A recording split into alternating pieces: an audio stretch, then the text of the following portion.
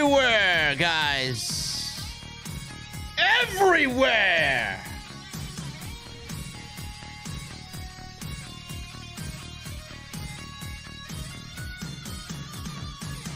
For the most part, I enjoyed what AEW did tonight, man. I thought it was a very good episode of Dynamite, but... And you know me, man. I'm always honest with you guys. That main event left a little bit of a bad taste in my mouth. Not that I didn't enjoy it, but there's just one thing that really just grinds my gears about AEW, man. There's one fucking thing that grinds my gears about AEW. And we're going to talk about it tonight on Off the Scripts. Jungle Boy has returned. The man is back. The man with the best hair in the business is back. But I don't know why we needed to turn Luchasaurus again after AEW nailed his presentation for the last several weeks. And we're going to talk Keith Lee and Swerve Strickland, man. There's a lot that Jesse and I want to get off of our chests in regards to the conversation that we had last week. Ladies and gentlemen, I have a cold beverage. I'm drinking H2O tonight, man. H2O for me strictly tonight. Don't judge me. But we're going to the beer garden, man. It's 95 degrees here on the East Coast, man. We're in the midst of a heat wave. And it's going to be hotter inside the beer garden. What the fuck are you guys drinking tonight? I'll see you over there.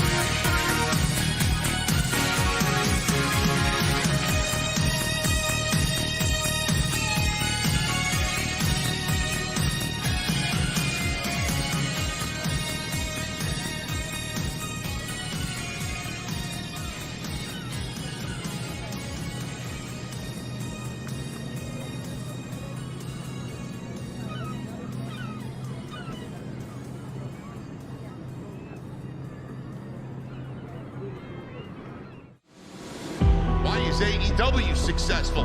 Why is Tony Khan running his promotion better than Vince McMahon and Bruce Pritchard are running Monday night and Friday night?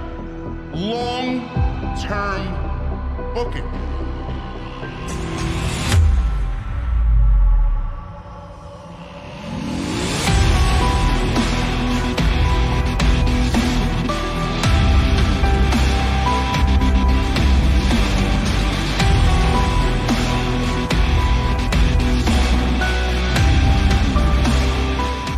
What is going on, guys? Thank you so very much for joining us right here on Off the Script. This is your AEW Dynamite post show for July 20th, 2022. I am your host, JD from New York, as always, coming to you from the OTS Beer Garden. Thank you guys so very much for joining me and Jesse on this Wednesday night, wherever you may be.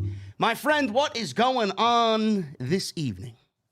Good, bro. What's going on with you, man? Nothing much, man. Nothing much. Coming down from a major hangover earlier this morning, starting from last night, but I'll get through it, man.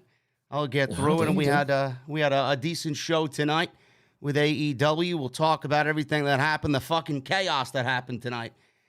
Man, oh man. I don't even know where to begin, bro. That main event was something else. That main event was aesthetically pleasing to me. I don't know about you.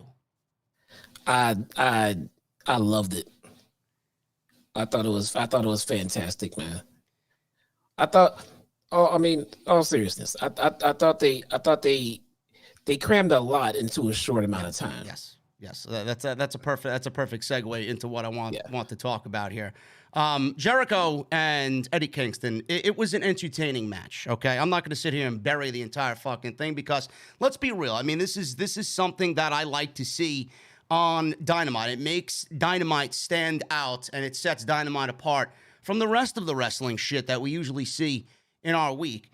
I love the aesthetics of everything. They really went above and beyond to do barbed wire everywhere. I mean, the ring bell was covered in barbed wire. Justin Roberts' microphone was covered in barbed wire. It was legitimately barbed wire everywhere. Tables with barbed wire wrapped around it, chairs, baseball bats, all the ropes were barbed wire. It was aesthetically pleasing to me. But Jesse, I think the one thing that really grinds my gears, to steal Peter Griffin's line from Family Guy, what really grinds my gears, bro, is the fact that, AEW consistently makes the same mistake every single time we have such a great built-up main event, a star attraction main event. Bro, the fucking thing just rushes off the air and you don't let anything just sit and breathe. Jericho gets thrown off the goddamn apron onto a whole plywood of barbed wire. And then Eddie Kingston's sitting there smiling, and then the show goes off the air, and Jim Ross is rushing to get his closing statements in. You said, they jam everything into the show, and then they don't allow things to breathe. That should have been something that just sit nicely and just kind of, that come down after a match is over. But we don't get that with AEW, and it's really becoming, I don't want to say annoying, but I find it to be sad that they can't get that one little fundamental right. Yeah, it's gotta be hard to juggle live TV. You gotta space out your ad breaks. I mean, you get your things you didn't account for and unforeseen things and all of that crap, man. I mean, so I get it. I'm just wondering, and I know that you've mentioned this in the past, but I'm just wondering if it's possible. If it's possible, I mean, I don't know. I don't run a fucking wrestling company, but since we have these specialty shows from time to time, is it possible to get no or limited or at least no ad breaks in the last hour or the last half hour of the show so they can tell their story to end the show? Maybe that would make it a little bit easier to wind the show down a little bit better, Jesse is echoing. Oh, fucking shit. Here we go again. Why is Jesse echoing? I don't know. Space Jesse. Jesse sounds fine on my end. I have no idea, bro. Yeah. I'm checking. Yeah, I mean the spacing of everything. I don't think that they can do. I don't think that they could do limited commercial breaks in that final hour. I don't know how likely that is for them, but it is something that is a problem for AEW. Jesse's fixing his echo, guys. I have no idea. I'm Gucci. There's nothing out of line here. I don't know what's going on. I don't know why Jesse is echoing. Let's kill the StreamYard call and reconnect it. No, and it's not StreamYard, bro. You sure? Yeah, it's not StreamYard. Okay. 2 mics are being used at once. I don't know. I don't have 2 mics, man. Jesse's does he still sound like an Android people? He's good now. I'm good now. There you go. I've changed nothing. Okay. There you go. I checked everything. I changed nothing. I checked everything. There you go. He's good now. Okay. Look at that. The gods are with us. Yeah, Jericho used his wizardry on us, man. We were talking negatively about his main event. That's why he got echoed. Okay. Anyway, continue with what you were saying, Jesse. What was I saying? Commercial breaks at the end of the show, or in the main event, or limited commercial breaks in the second half. It would be. I mean, these specials are planned, way in advance. And we got pay-per-views every 3-4 months. Great, but why not do something as far as these ad breaks? It might help you time the show a little bit better. I don't know. No commercials for the last hour. I mean, I know bills got to be paid. I know you need sponsors and shit like that, but it's not like we do these specials every week. I don't know, man. I honestly hate the fact that they need to do the main event at like 9:50 and then go to a fucking commercial break with 10 minutes left in the show. Yeah, that's what bothers me. Allow more time for the main event at the very least. Yeah. I don't know. That's the only thing that I had a problem with as far as the main event is concerned. Now let's get into the nitty gritty of everything. The shark cage was there, and the shark cage was hanging above the crowd in the arena. It wasn't above the ring like I thought it was going to be. It was in the crowd, and it was angled nice. And again, it was very aesthetically pleasing. They really ramped it up for Shark Week. The reason why there was a barbed wire death match and a shark cage here is because Discovery Warner Media wanted something to kind of promote Shark Week coming up, and they wanted AEW to do that. So that's why we got all this Shark Week and Shark Cage and all this nonsense tonight. But the other big thing that happened tonight, Jesse, was that Anna Jay turned heel. Anna Jay turned heel. Tay Conti kind of convinced her to, get on the right track or get with the program. And she blasted Ruby Riot, out there, and she took control of the shark cage, and then the JAS gets involved, and they get into the match, and they make it even more chaotic than it already was with the barbed wire. Yeah. I guess I love this one too, man. What do you mean you love this one? I loved everything about it. Look, man. Anna Jay turning heel, I think, is a great thing. I learned my lesson from last week. If you disagree with anything, all right, apparently a lot of your fans seem to get offended by this. So they want me to come here and agree and like everything. That's what they want from us. Is that correct? No, that's not what I want from you. I don't give a fuck what anybody else thinks. It's what I want. No. I got the tweets, man. I got them. I know. We'll talk about that later. But I think a heel turn for Anna Jay is a great thing. I mean, I think bad girl Anna could be a good thing here. I don't know if she's going to be with the Jericho Appreciation Society, but, obviously this removes her from the Dark Order, I assume. I mean, okay. All right. Just give me your fucking opinion, bro. Why? Why what? Why Anna Jay turns heel? Yeah, why? I don't know. Maybe she needed something new. Maybe they're going to focus on her now. They are, okay, so they turned Tay heel. And who has Tay Conti wrestled since she's turned heel? Nobody. She's more of a valet. Right. So how much of an awesome blood feud would it be to watch these two former best friends, with one now turned heel and the other one not liking it, have them go into a feud together? Yes, I think that would have been a better idea, yes. It would have been a much better idea. Yes. I mean, this makes no sense. She is the lovable baby face. She's like the Bailey of the Dark Order.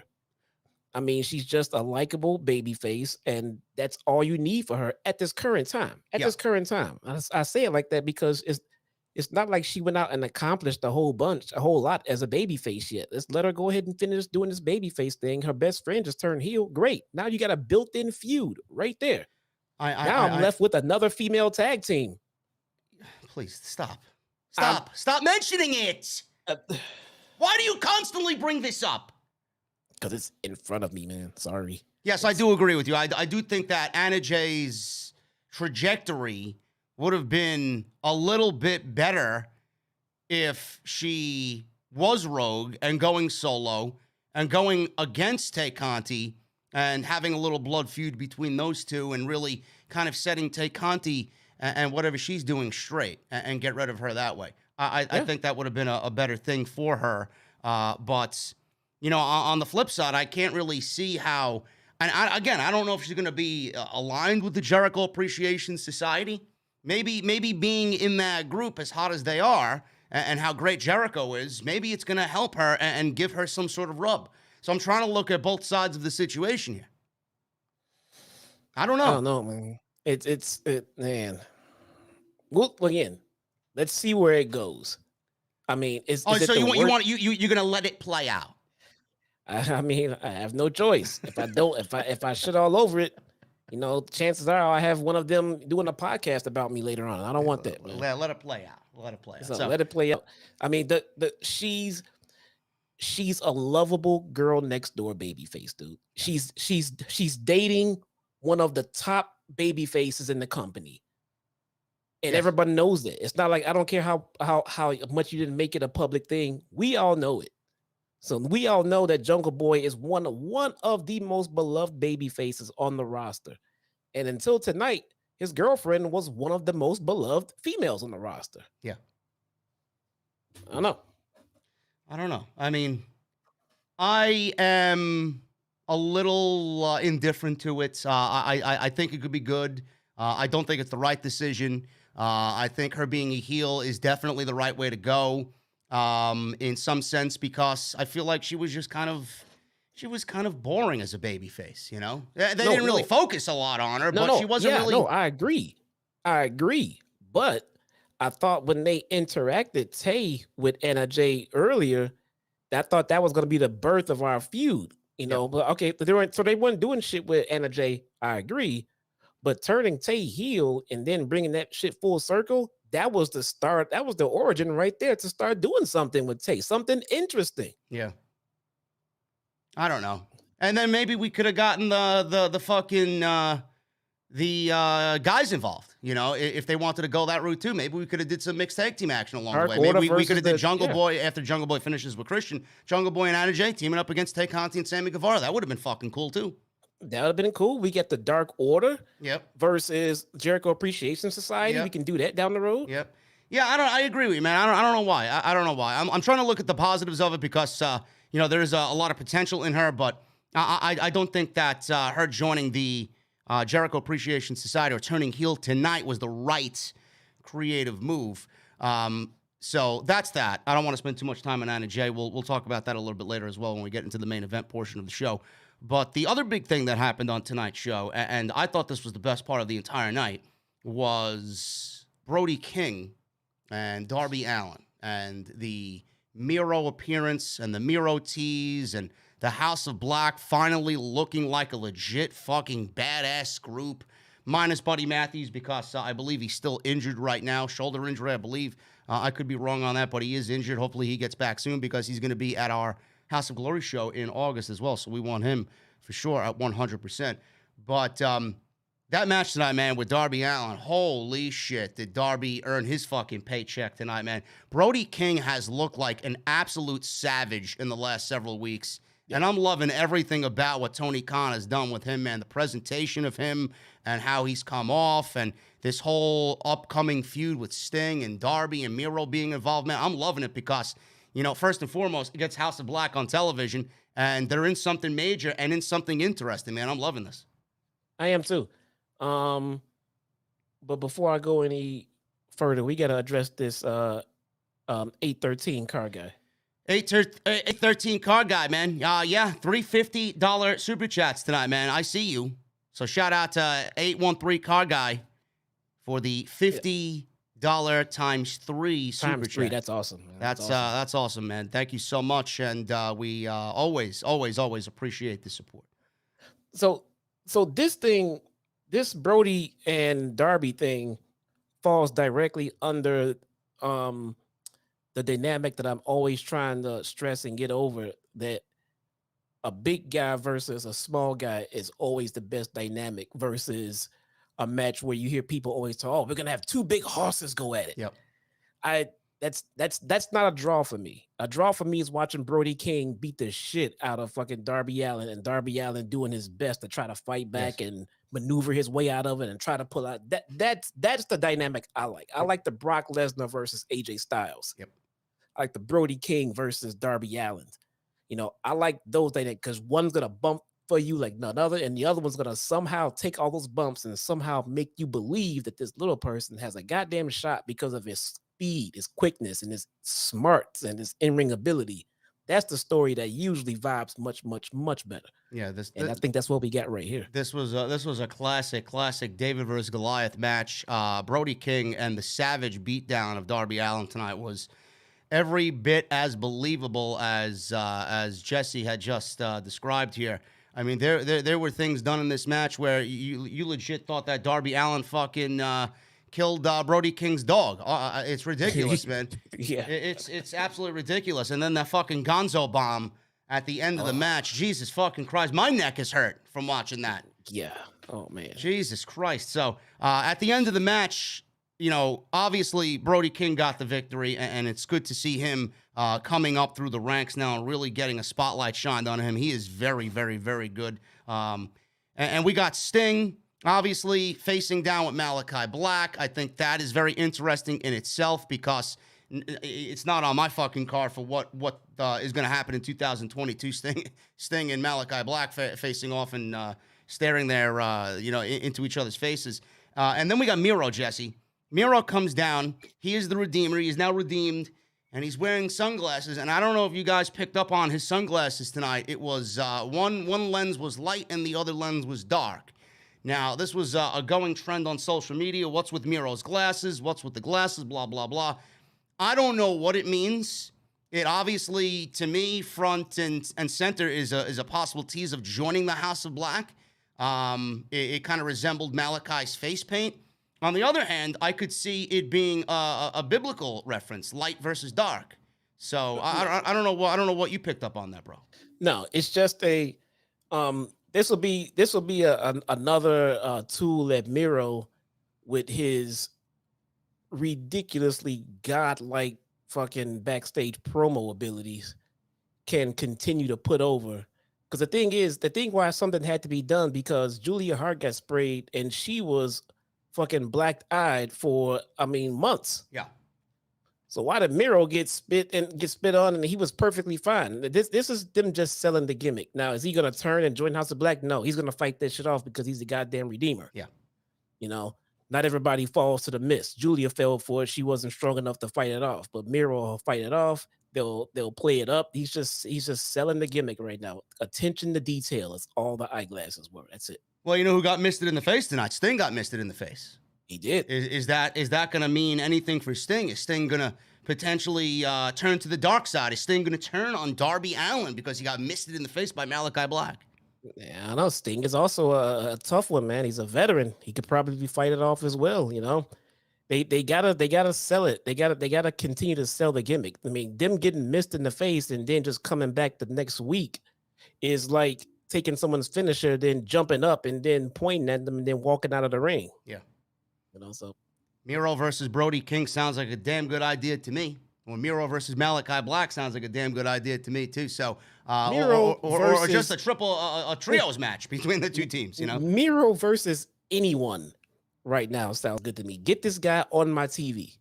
And here we were, Jesse. We were pretty much contemplating what's next for Miro. Wardlow won the TNT title. Miro didn't really win the All-Atlantic title. What's next for Miro? This is a great direction. We were worried about what the direction for Miro was going to be, and now he is in something with the House of Black. The House of Black is getting a lot of TV time as of late. This is perfect. Tony Khan's doing a great job here. It is. I mean, he's made some questionable creative decisions, but they're not all bad. You know, they're not all bad. These are coming up roses, man. You really can't at this point. I'm not saying it's impossible, but at this stage, as long as you're careful, you really can't mess up Miro. No, the guy is over like fucking over, man. I don't care what you do and make him heel. I don't care. Babyface, whatever. Tweener. I mean, he's gonna get. I mean, the guy is loved. So put him on TV and put him in something meaningful, and you're doing just fine. I mean, the reaction he got tonight was crazy in Atlanta. Yes. He is mega over. Yes, this guy is awesome, man. The other big thing that happened tonight is Jungle Boy has returned, hair and all. Hair looks as magnificent as ever. Jungle Boy, best hair in the business. He's back. He had a steel chair in hand, and Jesse and I think most of the community can say that Christian Cage has been probably the best part of AEW Dynamite. Now, with the absence of Danielson and Punk and Cole and MJF, his promo ability and his level of fucking heelness, the fact that he can really play the role of a prick so well, has been so great for AEW television. And he brought Luchasaurus with him, Jesse, the Dark Luchasaurus, this Kane-like aura to Luchasaurus, the fire and the dark mask and the dark outfit. He was, to me, the presentation of Luchasaurus was incredible. I loved everything about it, and I had very, very, very high hopes and big potential for it if they wanted to really pursue that any further than they did tonight. So with Jungle Boy coming back, Luchasaurus was in question. Who does he side with? Does he side with Christian or does he side with Jungle Boy? And seemingly, I don't know if you feel the same way, Jesse. I don't know if he really sided with Jungle Boy or just opted to move out of the way and just kind of not get involved. But how did you take Luchasaurus stepping away so that Jungle Boy may go after Christian Cage as he chased him up into the crowd and into the mezzanine?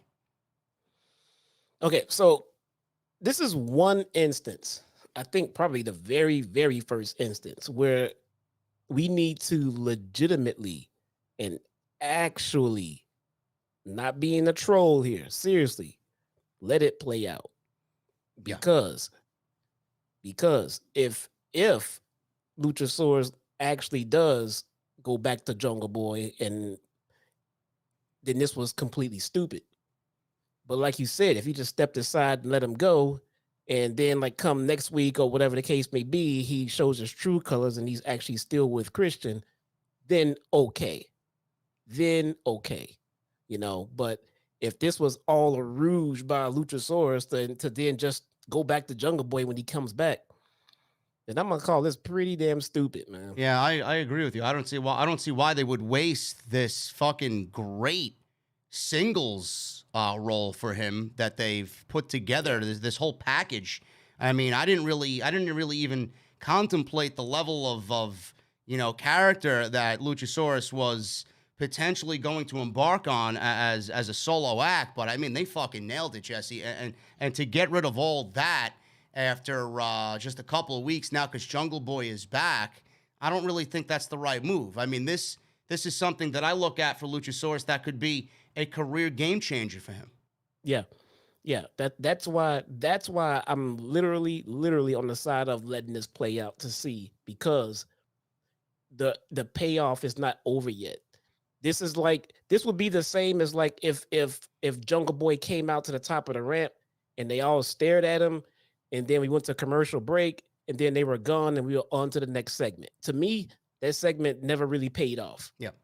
It never really paid. It's just to be continued till next week for right now. So I'm going to let it play out. I want to see where they go with it, because great idea is having him stay heel with Christian. Bad idea is having him go back to babyface with Jungle Boy. Yeah, just the level of heel that Christian is, it could be a complete ruse on his behalf as well. Maybe Luchasaurus is playing Jungle Boy, and next week he aligns himself and really never left Christian's side, and maybe we'll get the explanation as to why Christian lured Luchasaurus over to his side in the first place. But it could be a complete ruse on Christian's behalf with what Luchasaurus did tonight. Who knows? Could be. And just from the nuclear heat that Sammy and Tay Conti get for their relationship going to TV, I don't think we're gonna get Jungle Boy and Anna Jay on TV. No, I don't. I mean, it sucks every which way, no matter who it is. I mean, remember back in the day when Seth Rollins and Becky Lynch were on fucking TV tag team matching, and Vince, they brought all that to television. I mean, it was nauseating. Yeah, it's no good. It never works out. No, it's. I don't know how to explain it, but I mean, I guess if we get Miro and what's her name, CJ. See, if we get Miro and CJ Perry, that works. I mean, because she's coming in as a manager role, and she's coming in as a non-wrestling role and everything like that. Yep. So I'm not worried about looking at mixed tag team matches with Miro and CJ. Yeah. But yeah, when that really wasn't it, man. Sammy and Tay were just fucking cringe, man. They were just cringe on social media. They were cringe about how they announced this whole relationship. They were cringe about how Sammy proposed to Pam and then took it all back on TV. It was all cringe from the get-go. But just by that whole experience, I don't think we're gonna get another couples coming up on TV again for a while. No, I don't really care to see it. I mean, I just threw it out as an idea potentially if you wanted to do Anna Jay and Tay Conti feuding, but yeah, I'm done with that. I would rather not see that type of stuff on TV anyway. But yeah, let it play out with Christian. It could be a complete ruse on his end anyway with what Luchasaurus did tonight. But it looks like we're getting Christian Cage versus Jungle Boy for All Out, so I'm pleased with that. And I'm glad that he's back because he's somebody that is a big deal in this company. He makes the show better. He's beloved, and his absence definitely was missed as well. So I'm glad that he's back. Yeah. Now, I'm going to hold you to the fucking fire now because you've made a statement a little bit ago that you said Jungle Boy has best hair in the business. Yeah. Who has the best hair, Jungle Boy or AJ Styles? Jungle Boy. No doubt about it. Wow. Yeah. But you that's said a no-brainer. You said AJ had the best hair in the business. Well, Issa thinks AJ has the most magnificent hair, man. That's not my opinion. Oh, okay. I'm going with Jungle Boy, man. Bro, listen, man. You can't. Nobody could do those curls like Jungle Boy, bro. Come on. He wakes up like that every morning, man. It's like fucking hair from the heavens. Bro, you have an impeccable ability to judge male hair. Yes, because I don't have any. Yeah, maybe. Or I'm losing mine. Maybe. Now that we could joke about it, That could be it. That could be a reason. I mean, it could be I'm looking like old man Winter over here with the fucking gray in my beard, man. Look at my beard. Jesus, I might as well fucking be Wizard 2.0. I might as well be Jericho's apprentice at this point. Look, man, I'm just trying to make sure that, we're not talking another like Tony Storm foot fetish thing, Bro, what is with the feet, man? I don't like feet. Okay? And I'm not subscribed to her OnlyFans, man. Tony Storm made $10,000 off of her feet, and you're telling me you didn't give a single penny to that? No, not at all. Now you're just gonna lie to my face, man. Go ahead and with the show, man. Go ahead. Not at all. Listen, guys, we're gonna talk about the rest of Dynamite tonight. Hopefully, I think I fixed the music thing as well. So you guys gotta let me know in the chat if the music is playing because I know I'm in Jersey right now. I'm at my other apartment in Jersey, so this particular instance is something that's been troubling me over here. So if the music is playing, let me know, okay? I'm going to leave it on for now. If you guys hear me and the music, that would be greatly appreciated. Anyway, thank you guys so very much for joining us on this Wednesday night. Follow us on social media at JDfromNY206. That's my @ on Instagram, Twitter, TikTok, and you guys can find me on Cameo as well. There's no music. Yes, there is. There's music? All right, get Kurt Meister out of the chat. Get him out of here. Fucking trolls. This is why I'm going VIP only on Sunday nights, man. Get the fuck out of here. All right, music is playing. Good. So you guys can follow us on social media. Make sure you guys go follow Jesse on social media as well. That's at Chi-Town Smark. Jesse, what's going on with AEW Dark, man? You guys can go follow Jesse on YouTube as well. Chi-Town Smark on YouTube. Did we see Parker Boudreaux yet, bro? Not yet, man. But we did have remember last week we had a fucking damn near 2.5 hour Dark. We had another one yesterday, man. Jesus Christ. Dude, Dark was almost it was almost 2 hours, man. It was about a good hour and 45 minutes, bro. Holy God, man. It was so no Parker Boudreaux yet, man. I may actually have to check this out to see what he's got going on over there. Nah.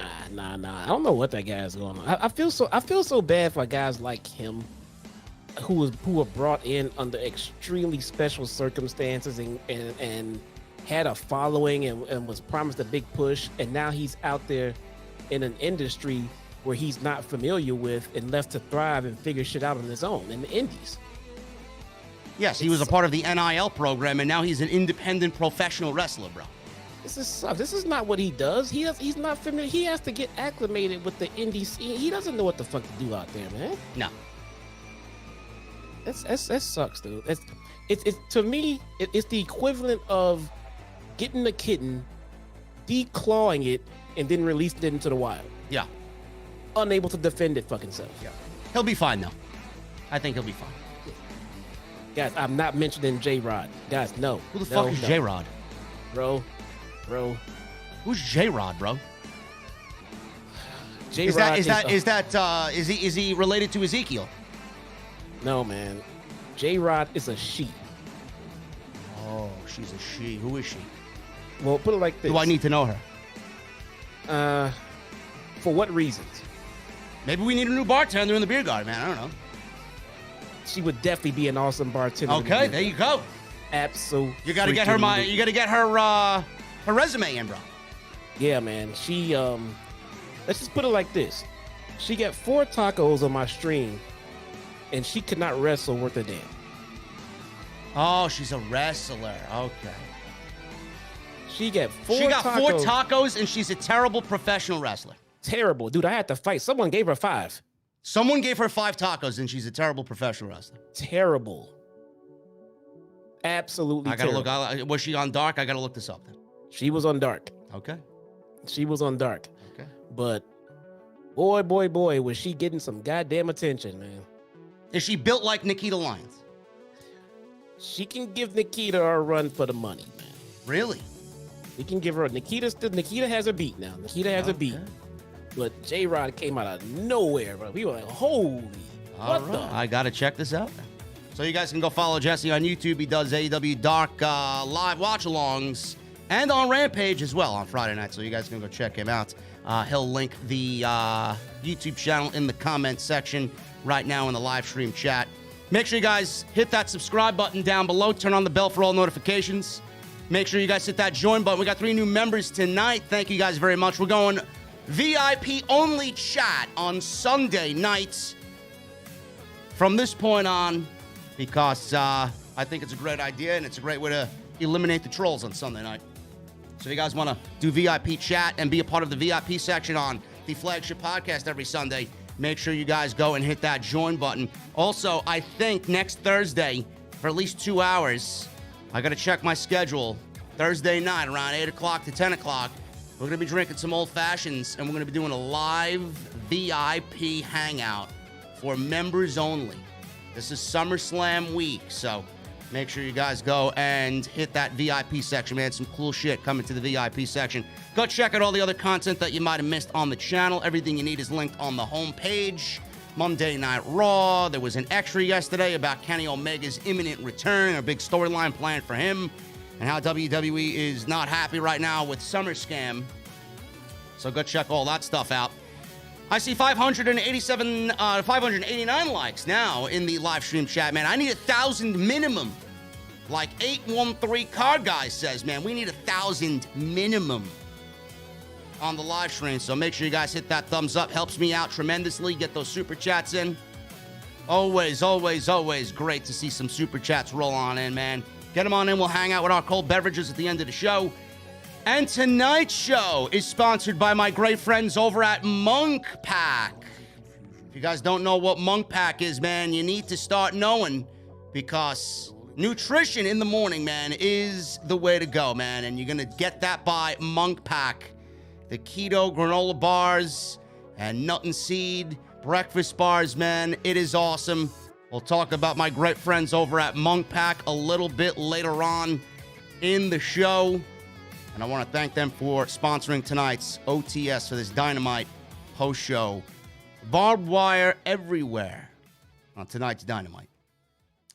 All right, Jesse, let's get into the start of the show. Like we talked about already, Brody King and Darby Allin. This was a absolute fucking slaughtering of Darby Allin tonight. So I loved everything about this, as we talked about already. We're going to pick it up right after the commercial break here. Brody King absolutely demolishing Darby at this point. Darby used a belt, I believe his own belt, to trip up Brody King and stop the offensive onslaught here. Took King down by tying the belt around his ankles, pulled him outside to the floor, took him out with a fucking ridiculous suicide dive. My God, man. Back inside, he went for a couple of coffin splashes. King caught him in that absolutely devastating sleeper hold, tied him up in a tree of woe. Darby avoided the cannonball splash, hit a code red for a near fall. Darby locked on an inverted Nelson before transitioning his submission move into a sleeper. which Brody King broke out of by cannonballing him into the corner, which looked great. They fought on the apron where King locked on the sleeper and dropped him to the floor. And that was just the same thing that he did in the Battle Royal. Basically the same spot there. The sleeper dropped him to the floor just like in that Royal Rampage Battle Royal. Darby made it back into the ring at a 9 count. King immediately grabbed Darby and hit an absolutely fucking sickening Gonzo bomb for the win. Darby's going to be feeling that one in the morning tomorrow. 1, 2, 3. He's going to be feeling everything in this match after what Brody King did to him tonight. 1, 2, 3 after the Gonzo bomb, and that was it for Brody King to get the victory. After the match, King kind of baited Sting, who was out there, by attacking Darby. Sting came out, and he got his wish, did Brody.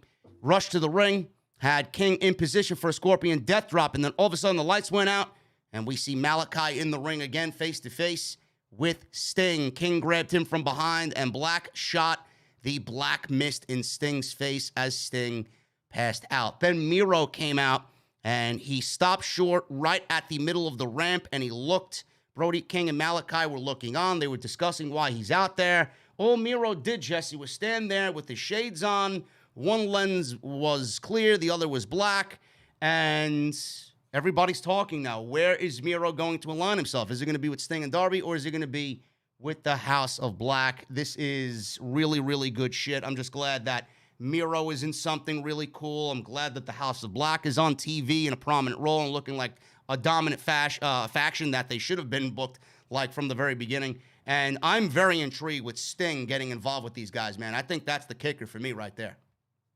That is, man. It's, Sting has been doing his thing in AEW. He's been, doing his big spots, and he's been picking and choosing them wisely. Mm-hmm. I'll give him that much, He's not overproduced.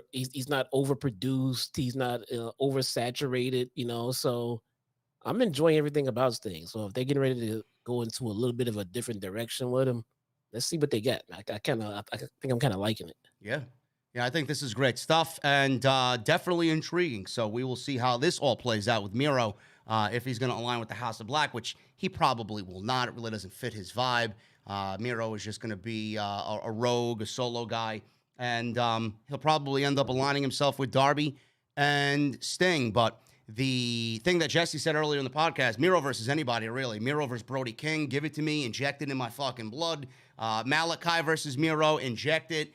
Even Buddy Matthews, when he gets back, give it to me. Give me Buddy Matthews versus Darby. Fuck it. There's so many great potential matches to come out of these two groups of guys getting in there together. It is very exciting. Good shit. Yeah, this guy's at it again, man. Who? The 813 car guy. 813 car guy with another $50 super chat. Oh my goodness, man. Look at this fucking guy.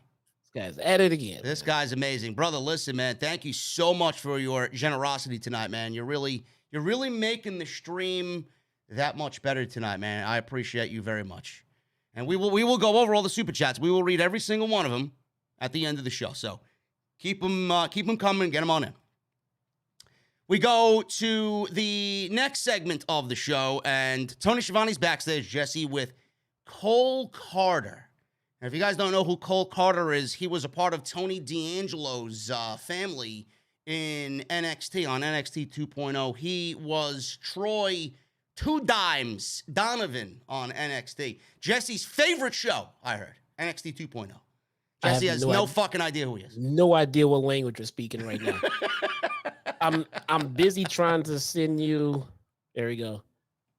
I sent you a link to Dark, and the starting point of that link should be at the J-Rod match. Oh, okay. So, right, you texted it to me. Let's see. Let me see who this J-Rod is before we move on into the stream. Let's see. Hold on. I'm probably gonna get an ad. I got a fucking ad. Now I gotta wait 5 seconds. Not me, man. I have YouTube Premium. I don't pay for that. I watch too much fucking YouTube to not. Let's see. Let's see J-Rod. She got the curly hair? Yeah. Yeah, that's her. Not Mercedes Martinez. Bro, J-Rod is Tony Brown approved. Tony Brown quality, bro. That's it. That's all I need to tell you right there. Tony Brown approved, man. Tony Brown will be proud. Moving on here with the rest of the show. Shivani was backstage with Cole Carter. He was formerly Troy Two Dimes Donovan on Jesse's favorite NXT 2.0. And Ricky Starks interrupted him along with Powerhouse Hobbs. Starks says he's been the FTW champion for over a year for a reason, and he doesn't see that changing tonight. He said Carter might be the future, but he's swimming with the sharks now. Why he said that, if everybody kind of missed that one and it went over your head, Tony D'Angelo threw him into the East River on NXT 2.0, and he said he is now sleeping with the fishes because that's what he got whacked. He got whacked on NXT 2.0. So the reason why he got fired from NXT 2.0 and then they wrote him off and killed him on the show was because he failed the drug test, which nobody understands why. It was his first violation and they fucking fired him. And now here he is on AEW television, I guess getting a tryout, and he's working dark. I believe he's actually being paired up with Parker Boudreaux in an upcoming AEW Dark taping that we'll see in the next week or so. But he's there. And Ricky Starks mentioned something that we saw on NXT 2.0. So we have NXT lore on AEW television. So we got this, and Carter's going after the... No, not the first time. Carter's going after the FTW title. Now, I will have a little bit more to say on the FTW title, and I want to see what Jesse thinks about where that potentially could be going into All Out. So a very interesting situation with the FTW title. Not a title recognized by AEW, as you guys know, but Jesse did mention something, I believe it was last week or the week before that, that would be perfect for the FTW title, and we'll talk about that in a little bit. Wheeler Yuta and Jon Moxley. Wheeler Yuta is defending that ROH Pure Championship against Daniel Garcia on Saturday night at Ring of Honor, Death Before Dishonor. Bro, I'm actually very much looking forward to that match. I think it's going to be a sleeper of the entire night. And I tell you what, man, I'm going with Daniel Garcia winning that Pure Championship. I don't know about you. Nah, man, you'd got the nod. But look, who can? I mean, no one's wrong in that one. No. Anyone can win that and be okay. I mean, no one's wrong in that one. You know? No, not at all. So I mean, I don't know. Are you gonna cover this show or what's going on? I'm going live after Ring of Honor on Saturday night. Okay, all right, cool. If you want to be there with me, you're more than welcome. I don't know, man. You let me know. I'll let you know. You let me know. We got the Blackpool Combat Club here. Moxley and Yuta versus the Best Friends. I am not really the biggest Best Friends fan. Okay, I'm not really big on the Best Friend. I think Trent is great, but I loved what I saw from them tonight, man. It was a little bit more of an intense, down and dirty. We got to fucking, actually go out there and just fucking wrestle Best Friends, man. No joking around or anything. It was legitimately straight-edged, a fight out there with the Best Friends. I thought they looked great tonight against the Blackpool Combat Club. That's my thing about the Best Friends, man. They remind me of the Best Friends. I think the best way to put it for me is they remind me of AEW's version of New Day. Because yeah, I can see that. While they're out there, being silly with these skits and these gimmicks and BTE and everything else, you get them in the ring and they're all fucking business, man. Yeah. They know how to fucking work. I mean, so but their gimmicks, it's hard to take them seriously. They're out there coming out with, with their moms and shit and doing, bits on BTE and hanging with Orange Cassidy. So I could see how it'd be hard to take them seriously. But when the bell rings, they can go. Yeah. So man, they kind of remind me of the New Day in that regard.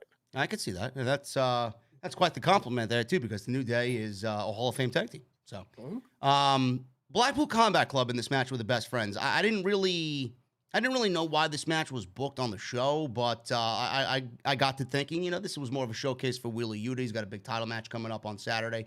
So, you throw Moxley out there as well, the interim AEW champion. It's always great to see the Blackpool Combat Club. So it was more probably in line with Wheeler Yuta just getting a nice showcase on TV, getting a victory here before the Saturday's pay-per-view. So that's all it pretty much was. But this was a fun tag team match. Really, really straightforward, excellent wrestling in this thing. Best Friends were just beating down Yuta. They continued to isolate Yuta here. Moxley got a hot tag. He laid in some hammer and anvil elbows on Trent, and then he tossed Chuck E.T. over the timekeeper's table. Back inside, he counted to dive into a cutter, which looked great for a 2 count.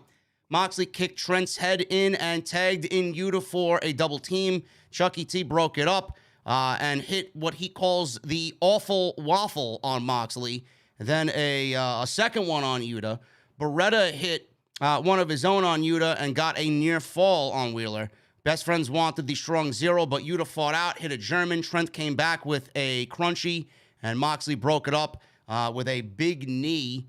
And then Trent took Yuta. He prevented Yuta from making the tag to Moxley once again. Chucky T tagged in and ran right into a jumping guillotine from Wheeler Yuta. Moxley then took out Trent. Chucky T fought out of the guillotine with a suplex, and Yuta surprised Chucky T with a pinning combination there for the 1-2-3, and Wheeler Yuta gets the victory before his match against Daniel Garcia on Saturday. After the match, Daniel Garcia was shown looking on backstage. So there you have it. The Blackpool Combat Club, always great to see them on television, and another victory for them. It looks like they'll be, it looks like everybody in the Blackpool Combat Club, minus Bryan Danielson, will be a champion. And there will be 2 world champions at the end of Saturday in the Blackpool Combat Club, because I'm absolutely taking Claudio to beat Jonathan Gresham on Saturday, and I think that's the right decision right there. It is. I don't know. It is, and it's not. I mean, for me, but I think it is. I mean, for personal reasons, I think it is. I mean, I'm gonna say for any other reason, I would say Gresham should be champion longer to establish, him as champion in ROH and everything. If he comes over and then loses it as soon as they get into the AEW lore, it just doesn't make him look bad. It kind of makes him look bad. But me personally, I would much rather see Claudio as champion than to me, he feels like more of a champion, and he's very ROH himself. So, yes, he is. I know what you're saying about Gresham, because he honestly, realistically, he's held that championship for about 9-10 months now.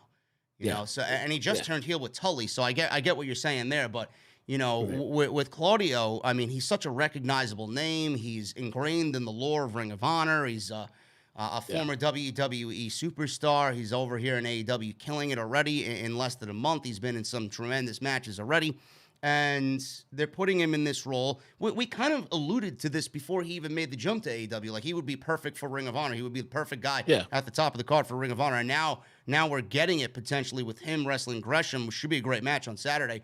But the thing is, with Ring of Honor potentially going to get a TV deal, or maybe Tony Khan in still negotiations for possible Ring of Honor TV deal and getting TV rights for Ring of Honor, it makes sense to have all of your chips in place, like Claudio as the world champion. You got FTR as the tag team champions. Mercedes Martinez or Serena Deeb, 2 recognizable ladies with years of experience as your women's champion. Then you got somebody like a Wheeler Yuta or Daniel Garcia, who's been all over AEW television. He wants to make the product as attractive as possible, so that when he goes and negotiates a TV rights deal, you got Claudio as your world champion. You can't get any better than that.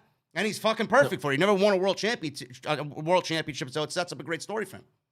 Yeah, I think it's also a pretty awesome little FU to Vince McMahon in that interview. Yes, that's the most important. Austin. That's the most important part. Because no fan of pro wrestling agreed with that take on Cesaro. No one. How could you? No one agreed with that take. So I could see him coming over and then within weeks becoming a world champion just to stick it to him. I mean, I would. I would totally do it just because of that myself. Fuck everything else I just said. Yeah. I would. He deserves it. Moving on, ladies and gentlemen.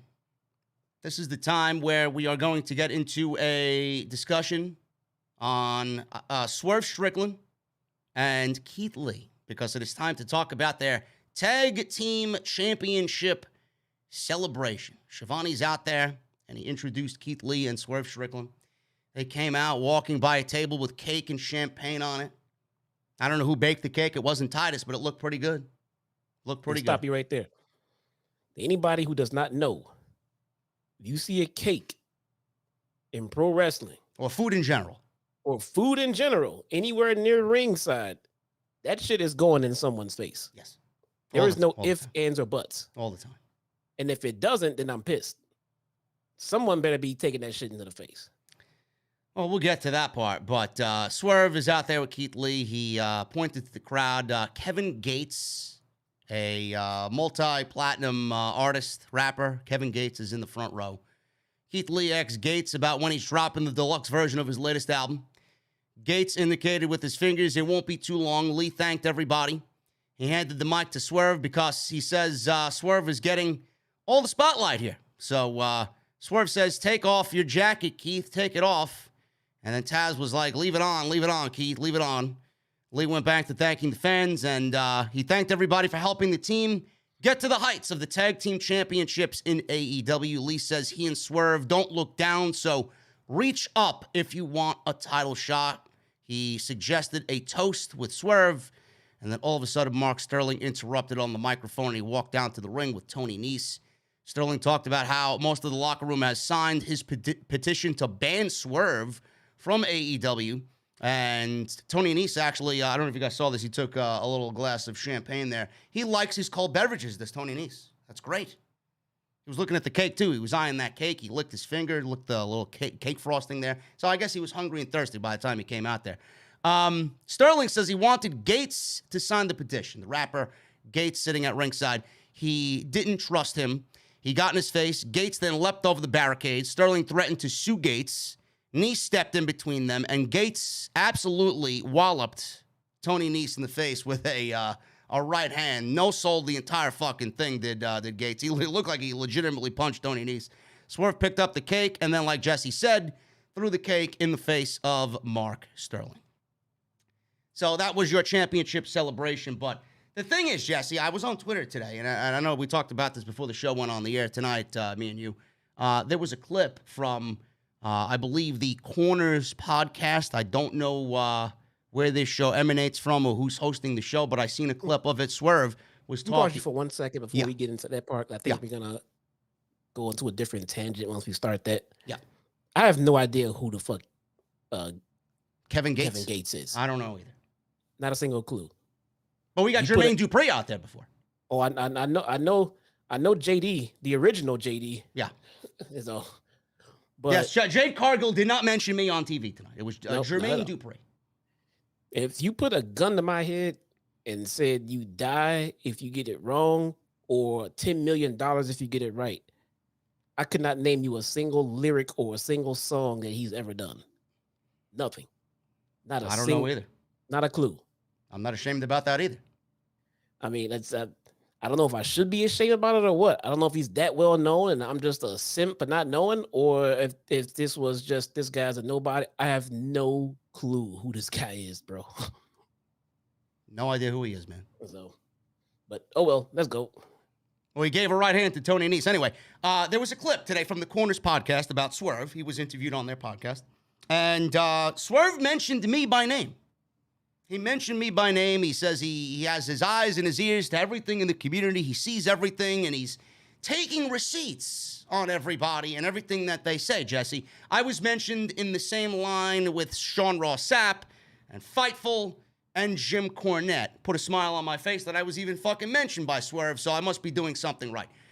The discussion was, and Swerve was upset, because he feels like him and Keith Lee got a bad rap from the fans. Why is it that people are complaining that we are tag team champions, and here you guys have Kenny Omega and Adam Page, who are legitimately two singles wrestlers holding the tag team championships like me and Keith Lee are, and it's all of a sudden a problem for me and Keith Lee to be holding the titles, but they held the titles for as long as they did, and nobody complained about anything. Jesse, I don't ever remember complaining about Keith Lee and Swerve Strickland being a tag team.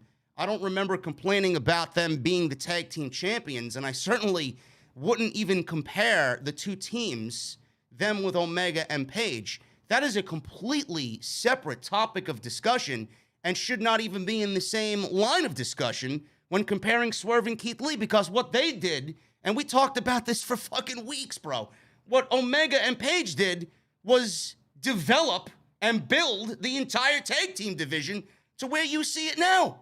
So that Swerve and Keith Lee could hold the tag team championships as singles guys. They were given the belts to make everybody in the division better. The only thing that you and I complained about last week was the two different directions for storylines. It seemed like AEW and Tony Khan abandoned storylines. FTR and the Bucks looked like we were going to get that at All Out. And then Keith Lee. The titles. Yeah, Keith Lee and Swerve breaking up. And all of that seemingly was dropped last week. And apparently the plan was all along for them to win the tag team titles. Great. I'm glad that they're tag team champions. It makes them get more TV time, and it puts everybody that complained about them, Tony Khan's going to bury these guys. They're not getting TV time. Ha, ha, ha. These are not game changers. Everybody gets their foot in their mouth now because now they're successful. So I don't see all the bullshit that we got last week, Jesse. We didn't say anything negative. We were just complaining about the creative aspect of it. No, and to anyone in our locker room who may or may not be watching this live or in a clip, it is very we do about 2 to 2.5 hours an evening to cover a show. Yeah, I promise you, it is very, very, very easy to open an app, clip 20 seconds, post it, and then you get the wrong idea of what my take is. I live through it every fucking week. You have to listen to at least the entire segment. At least the entire segment of the part that's about you. It was last week.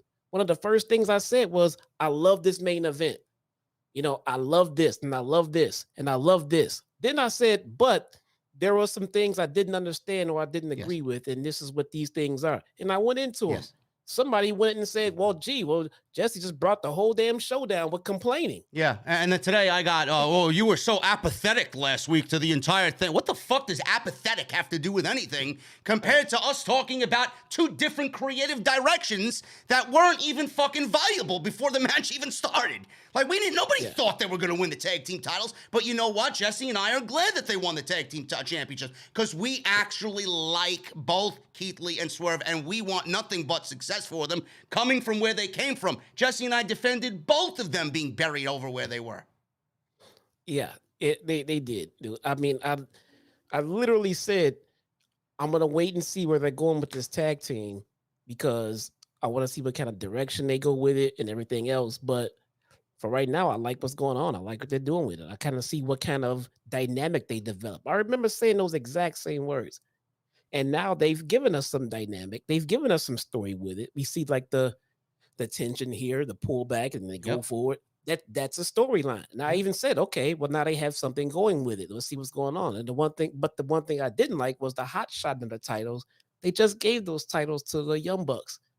Now they're moving them again. I'm a little confused on where they're going with this. So that was my entire complaint. Hooligan, I do not like NASCAR. Hooligan, I'm starting to think you are a mental case, bro. I'm starting to think there's something wrong with you. I posted something about seeing the Goodyear blimp over the city today because I heard in the news that NASCAR was that the mayor announced that NASCAR was coming to Chicago. Great, it's good. I mean, I like the attention coming to the city. I mean, I like it. All right, let's go to NASCAR. Yeah, I mean, something better than someone getting killed in Chicago. I like seeing headlines like that. I don't fucking watch NASCAR, but I know it's got a big following. I don't disrespect sports or activities where they have a huge fucking following like that, dude. Don't shit on somebody's. I mean, you don't know. It might be fucking fun. I mean, I like cars. I like fast cars. I might like NASCAR, but I don't watch NASCAR. I don't know. Bro, everybody in the community was stifled a little bit by the creative decision last week. It wasn't just us. There was a lot of talk about, I thought we were getting FTR and the Young Bucks at All Out. It seemingly looked like that was the direction that they were going in. And now we know it's not because they're going to go and do something else. And Omega is due to come back, and he may be around for All Out. And we may be getting a big storyline as reported by Meltzer with Kenny Omega. Nobody knows what that is. But the thing with Keith Lee and Swerve is, after looking back at it, I'm glad that they're tag team champions because I would love to see a tag team match between those two and Hobbs and Ricky Starks. I think that would be tremendous.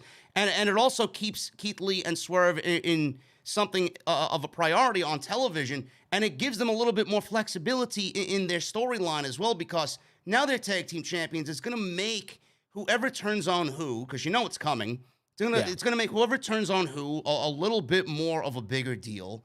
and they're both tremendous professional wrestlers.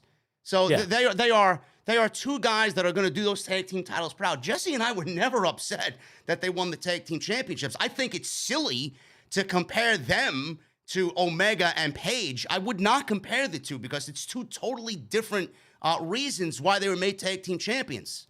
I get that you see that they're all four singles guys, but it's not the same thing. It's not. No. I don't get that comparison at all. No. Not at all. And like we said, we talked before the show, and we said, I mean, we legitimately said, like, I don't know what this pairing of Omega and Hangman is about when you get all of these tag teams. But then we said, okay, now we see what they're doing. They're bringing the attention to the main event and the tag team titles at the same time. And when they drop them, the titles will be that much more important and blah, blah, blah. And I get it. We question that tag team. Yeah. So to Swerve, who might be listening, or somebody might want to clip some more shit for him, we did question that tag team. Yeah. You weren't listening. You probably got a clip of something and you fucking ran out. I mean, bro, the show is about 2.5 to 3 hours long at times. I'm not saying you should watch the whole thing, but I'm saying if you get something in a clip, you should probably go back and take a look at the whole segment at the very least. This show is notorious for being clipped and being completely taken out of context. Because everybody's got a fucking an agenda against me, and they want to make me look bad for something that or Jesse that didn't say that wasn't said on this show. Jesse and I didn't say anything even remotely close to that. So it has nothing to do with us not being happy that they won the tag team championships. It's our job to create topical discussions based on the creative that we see, and to put this other shit to rest. Swerve has me blocked for whatever reason. Because of what I said about Hit Row when they got called up to SmackDown. I saw the writing on the wall, and I knew exactly how they would be booked going to SmackDown with Bruce Pritchard in charge, and that's all I was trying to relay to the audience. I made a fucking joke out of it, which I usually do a lot of things on this show. I called them Shit Row because Bruce Pritchard was going to turn them into fucking Shit Row. They weren't going to be Hit Row anymore. Jesse and I watched NXT when they were on NXT. We loved the group on NXT. We thought they should have been in NXT. It was Triple H's thing. It was a Triple H creation. Then when they got called up to the main roster, I got fucking clipped out of context again. I got called a racist for all the shit that I said about Hit Row because of them getting called up to the main roster. And they got fired 6 weeks later. So I was justified and I was proven right. That doesn't mean I didn't want to see them succeed. I just didn't think that getting called up to the main roster was going to be a good deal for them based on who was creatively writing the show. So then I got picked on for it, and he blocked me for it. And I don't know if he's ever going to catch wind of this. He probably won't. But I apologize. I'm just doing my job. I'm supposed to spit facts, and I'm supposed to give people what they want to hear. And that's exactly what I saw, and I'm not going to hold back on something like that. No. And while we at it, I was going to mention this a little bit later in the show. Towards the end, but I'll just bring this up now. And this was not pre-discussed before the show, by the way, but there is a lot of negativity floating through social media and things like that about my guy over here in New York, man. And just let me explain something to everybody here. We joke, we kid, we banter, we bust balls, and we do what friends do to each other. But I need the people who like to slide into my DMs or into my stream and try to badmouth my. Don't do it. Don't do it. JD is my guy, and that's my ride or die guy, dude. It's not fucking happening. So I mean, mistakes have been made. If you are someone sitting there looking at your fucking phone or computer or whatever you're looking at, and you've never made a mistake in life, fuck you, I don't believe you. And if you've never made a mistake in life, you need to be doing something else other than watching a wrestling podcast. So if you have made mistakes and you have not apologized for them, then also fuck you. You need to go apologize for your mistakes. If you made mistakes and you've apologized for them in great length, and you deserve a second chance. That's all I'm going to fucking say. I watched the Michael Vick special yesterday about his rise to fucking greatness, how fucking talented this man is, and how he fucked up. He fucked up big time, and he went to jail, and he fucking deserved every minute of it.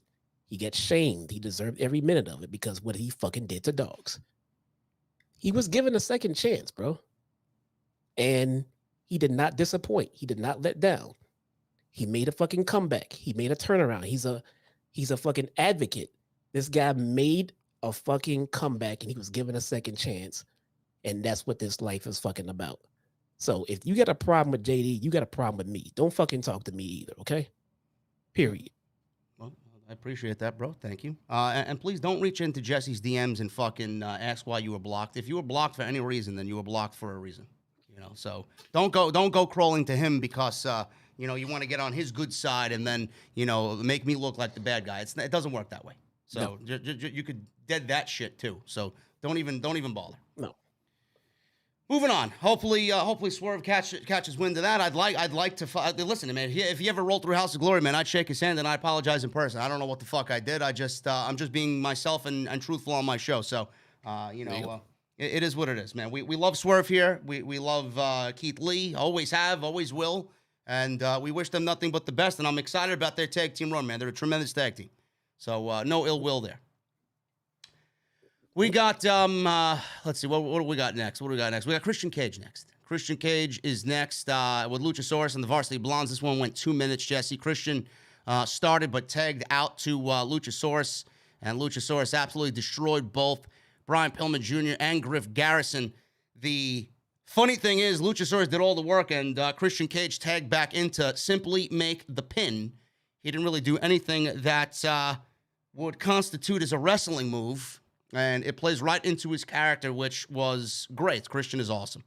So as Luchasaurus lifted Christian on his shoulders, Jungle Boy's music all of a sudden plays. Christian, he looked to the stage and out walks slowly Jungle Boy with a chair in hand. Luchasaurus stood in his way at ringside.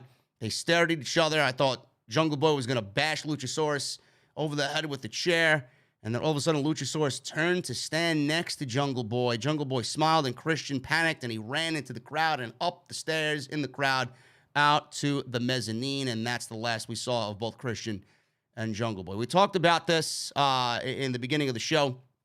I don't really understand why you would do such a great presentation with Luchasaurus only to turn him back and pair him with Jungle Boy. I don't know if this is a master plan to gets Luchasaurus back with Christian Cage, and this was all a swerve on Jungle Boy. But like Jesse said, we'll see this play it out on TV. And we don't know, but it's very interesting. But if it does end up being Luchasaurus is going back to being a babyface and dropping the whole dark Luchasaurus character, I think that's a terrible mistake. I really do. Yeah, it makes no sense, too. It's just fucking stupid, dude. It's just fucking stupid. If that was gonna be the whole case, he was gonna stay with Jungle Boy. They just could have both stayed off TV, and they could have both came back and kicked his ass. Yep. I mean, but Christian would still need a heavy at that point too. Yeah. So I mean, this was the right move. This was the right move to turn him. I didn't see it coming. I thought it was fucking brilliant, but to turn him back is equally as dumb. It is very counterproductive for Luchasaurus. Yes. Yeah. Lexi Nair interviewed the Gun Club backstage. Colton Gunn says they've been, I guess they've cut the Acclaimed out of their live, introductions and the scissor fingers and all that shit.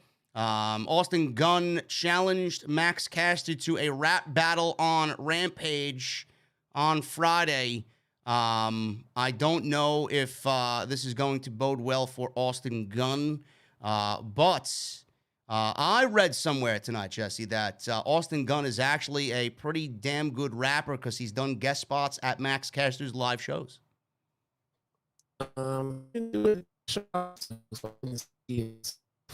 So if he okay, I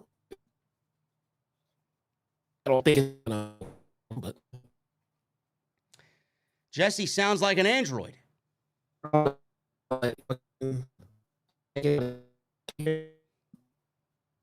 Jesse sounds like an android. I can't hear him. I can't understand him. There he is. There he is. Now he's all grady. I see him. Well, again, what were you saying, bro? What were you saying? I don't fucking know, man. Max Caster and Austin Gunn, bro, rapping at the shows. Yeah, he didn't. Yeah, Gunn wasn't at the show that I went to with Caster. So, Oh, okay. I mean, so I didn't get to see him. But I mean, if he's good, then let's see what he's got. But I don't think it's gonna end well for him though. No, I don't think it's going to end well for Austin Gunn either. No. Moving on, we got Ricky Starks and Powerhouse Hobbs. This was Ricky Starks versus Cole Carter, the former Troy Two Dimes Donovan on NXT. This was an FTW title open challenge. Ricky Starks is awesome. I'm starting to get a sense that Ricky Starks is about to really just break through that fucking glass ceiling any month now. He's really catching fire, and so is Will Hobbs, man. It's a great thing to see. And I'm glad that he's actually getting a little bit more of a spotlight on him because it's been long overdue. So Starks here defending the FTW title. And this wasn't bad. We got Cole Carter looking pretty decent. Cole Carter's got a very good look. He's got a pretty boy look, but he's got a very good look. Who did he look like? He reminded me of fucking Theory. Yes. He does have a very Austin Theory-esque look to him, yeah. Yes. So Starks dominated right from the start here. And Carter, he didn't really get much of a crowd reaction. He got some boos there. He took control. We got a rising knee from Carter. He got a 2 count. He avoided a spear and hit a TKO before climbing the ropes, where Starks avoided a 450 splash. And Jesse texted me during this 450 splash. This looked bad, bro. He missed this 450 splash and came down head first on the mat, and his head snapped back, man. He ain't going to be feeling good tomorrow morning. No, he recoiled. He recoiled pretty damn good on that one. Yeah, right after the 450 miss, Starks got up, hit the spear, 1, 2, 3, and that was pretty much it for the former Two Dimes here, Cole Carter, on AEW. Afterwards, Starks says he fended off that open challenge, but he has more left in the tank, pretty much alluding that he could go another match tonight, and he wanted to wrestle some more. He might have another open challenge tonight. So he challenged somebody else to step up, and Danhausen comes out, and he makes his entrance, and he got a loud reaction. Starks was kind of shocked to see Danhausen. He accepted the open challenge. Starks says he didn't mean that he was going to defend the title right now. Fans booed, and fans continued to boo Ricky Starks because everybody wanted to see him continue to wrestle and wrestle Danhausen tonight. And Ricky Starks looks at the crowd and says, "Don't worry, you guys will be able to watch it next week on TV. The fuck you booing for?" So, he imitated Danhausen, and the match is set. We're getting an FTW Open Challenge next week, Danhausen and Ricky Starks. Now, Jesse, this is interesting because Danhausen is very good friends with a certain somebody who is the son of one of the color commentators on this show, Taz. And that man is Hook. And it looks like, I could be wrong, but it looks like we may be getting Hook versus Ricky Starks at some point in the future. And like you alluded to last week, I believe, that FTW title may be going into the possession of Hook at some point. Yeah, I could definitely see that, and it would make sense. Yeah, it would make sense because for a couple of reasons. I mean, one, the title isn't recognized by AEW. Yep, it's a Team Taz title. Yep, and last time I checked, Hook was in Team Taz. I mean, I know they don't address it or talk about it or pretend that it is true anymore, but it's his son, so he should be in Team Taz. Also, Hook versus Ricky Starks for a feud or program or maybe even a match of the pay-per-view, absolutely great idea. Yeah. And absolutely. It's funny how we're getting this open challenge with the FTW title now. It wasn't like that for the longest, and now they're pretty, they're selling you on that open challenge. I'm not a big fan of open challenges. I think they're creatively lazy. But now that we're getting this open challenge, I mean, it's a perfect segue to get Hook in there and really come out. It's not like they'd be feuding for whatever reason. It's just, he's going to present himself. Hey, well, I'm going to step up to the plate. This is my buddy. I'm going to take the fucking title. Give me a shot at the title. Yeah, no, this is a great dynamic for him. It also gives them the opportunity to turn Hook officially fully babyface. Yeah. And they can go ahead and have his father, be upset that he's, not siding with Team Taz and everything else. It's a nice little launching point into a serious storyline. They started them off on Rampage here and there. Then he, slowly he made an appearance on Dynamite. It's great, but he hasn't had any real feud. He did something with Danhausen that was pretty funny and cool, but now he gets to sink his teeth into something, something substantial. This is perfect. Perfect. Yeah, I love this. I think this is going to be a great opportunity for him. And if Ricky Starks does drop the title to Hook, it gives him more of an opportunity to really focus on being that tag team with Powerhouse Hobbs and really focusing on those tag team championships. So I think that's going to be a great thing. I think Ricky Starks has honestly outgrown that title. He needs to be put into a bit of a more important role and chasing bigger championships because, let's be honest, Ricky Starks, we've been waiting for him to be pushed for a long time now. And as long as he stays healthy, I mean, you talk about one of the pillars of the company, he's definitely up there in discussion. No doubt about it. Yes, he has I mean, look, guys, don't get our praise wrong. Hook has a long way to go. Long journey ahead of him. These are fantastic, great steps. Fantastic, great steps. They can have Taz turn babyface with Hook and release Hobbs and Starks off into their own. They are definitely ready to be off on their own. They don't need to be in a team Taz anymore. No. They're done. No. And somebody in the chat says, why are we trying to break up Team Taz? We're not trying to break up Team Taz. Who said Team Taz was breaking up? You're not breaking them up. Taz does not need to be a part of this shit. Let's be real about this shit. Taz has already done his job. Yeah, he's done. He's gotten these guys over. He's gotten his son over. He's done. He just do commentary and do what you do best, bro. You're good. These guys can go separate themselves. Taz can be babyface behind the mic and the camera and everything else, and Hook can continue to be babyface holding his father's title. It's fucking perfect. It almost writes itself.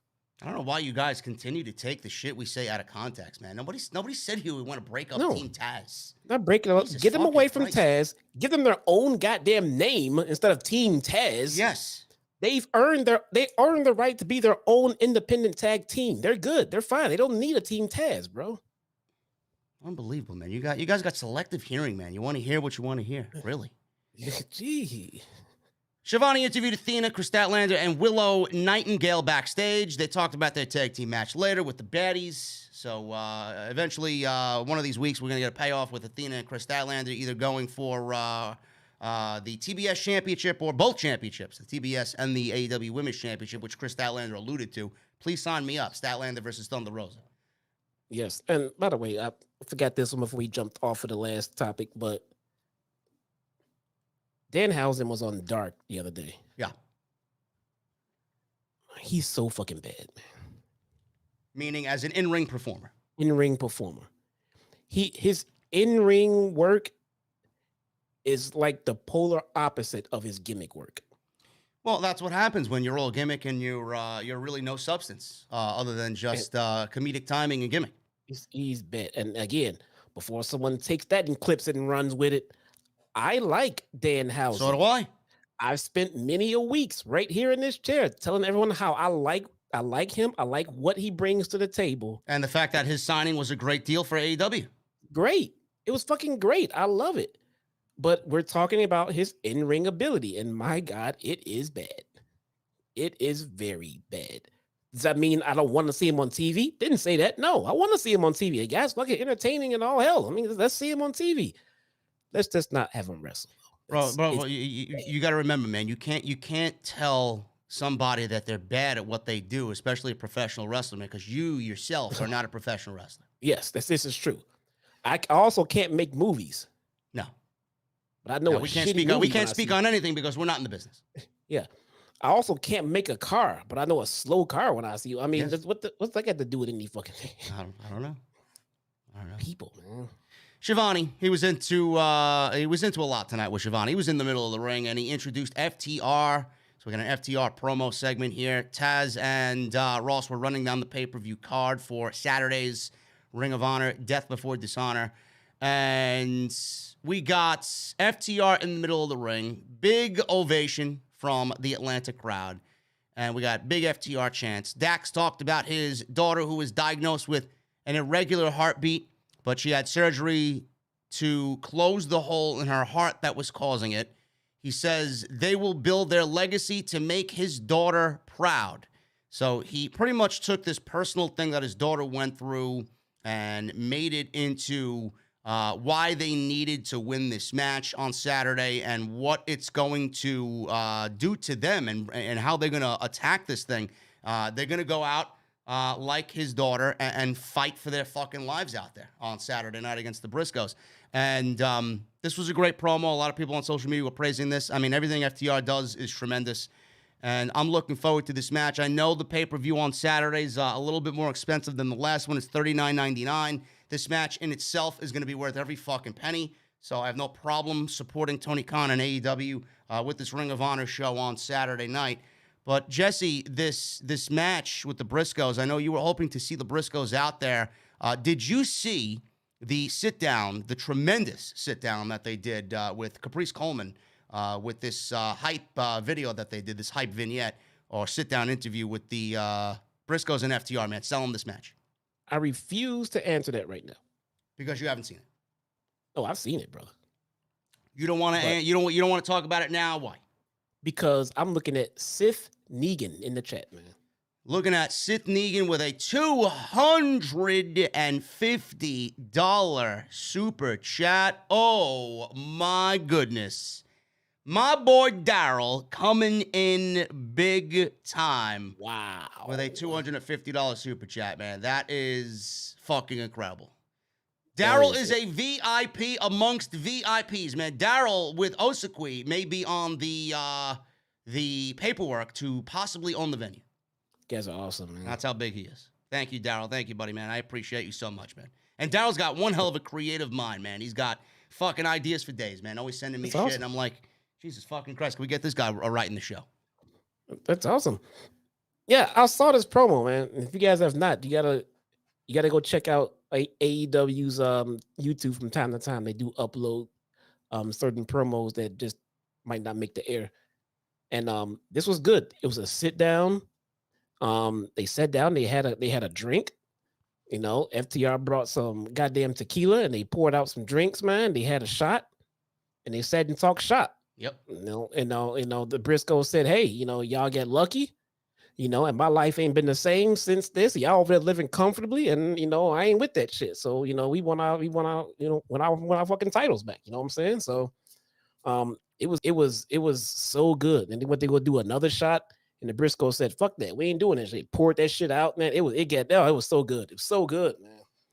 The last time any of us saw the FTR guys in a 2 out of 3 falls match, tag team titles on the line. You guys remember that classic from NXT TakeOver Toronto with Tommaso Ciampa and Johnny Gargano, DIY. Still one of the best tag team matches, if not the best tag team match that I've ever seen. I don't know where I'd even rank it after watching the Briscoes and FTR tear it down at Supercard, but it's probably 1 and 2. Flip-flop, however you want. I mean, those are the 2 best tag team matches that I've ever seen in all my 40 years watching this sport. But about a dozen 2 out of 3 falls matches between the 2 teams. And I would be shocked if FTR loses this match. I think it's going to go to FTR on Saturday night. But, Jesse, you expecting this match to be better than the first? I think they're going to try it. I think they're definitely going to shoot for it. I don't think they're going to. I think it's important. And I think that the Briscoes know it's important that they nail these spots. If the Briscoes are gonna draw and they're not even allowed to be on AEW TV, that gives Tony Khan even more ammo to go to whoever it is he has to go to. Because I feel very confident in the saying I think he's trying his best. I thought we were gonna get the Briscoes on TV tonight. I thought maybe he negotiated an appearance or something like that. I'm aware of the politics around why they're not here. I think it's bullshit. But at this point, it is what it is. We just got to try to fucking get past it, beat it, convince someone that it's old fucking news, and they get these guys on TV so they can fucking earn.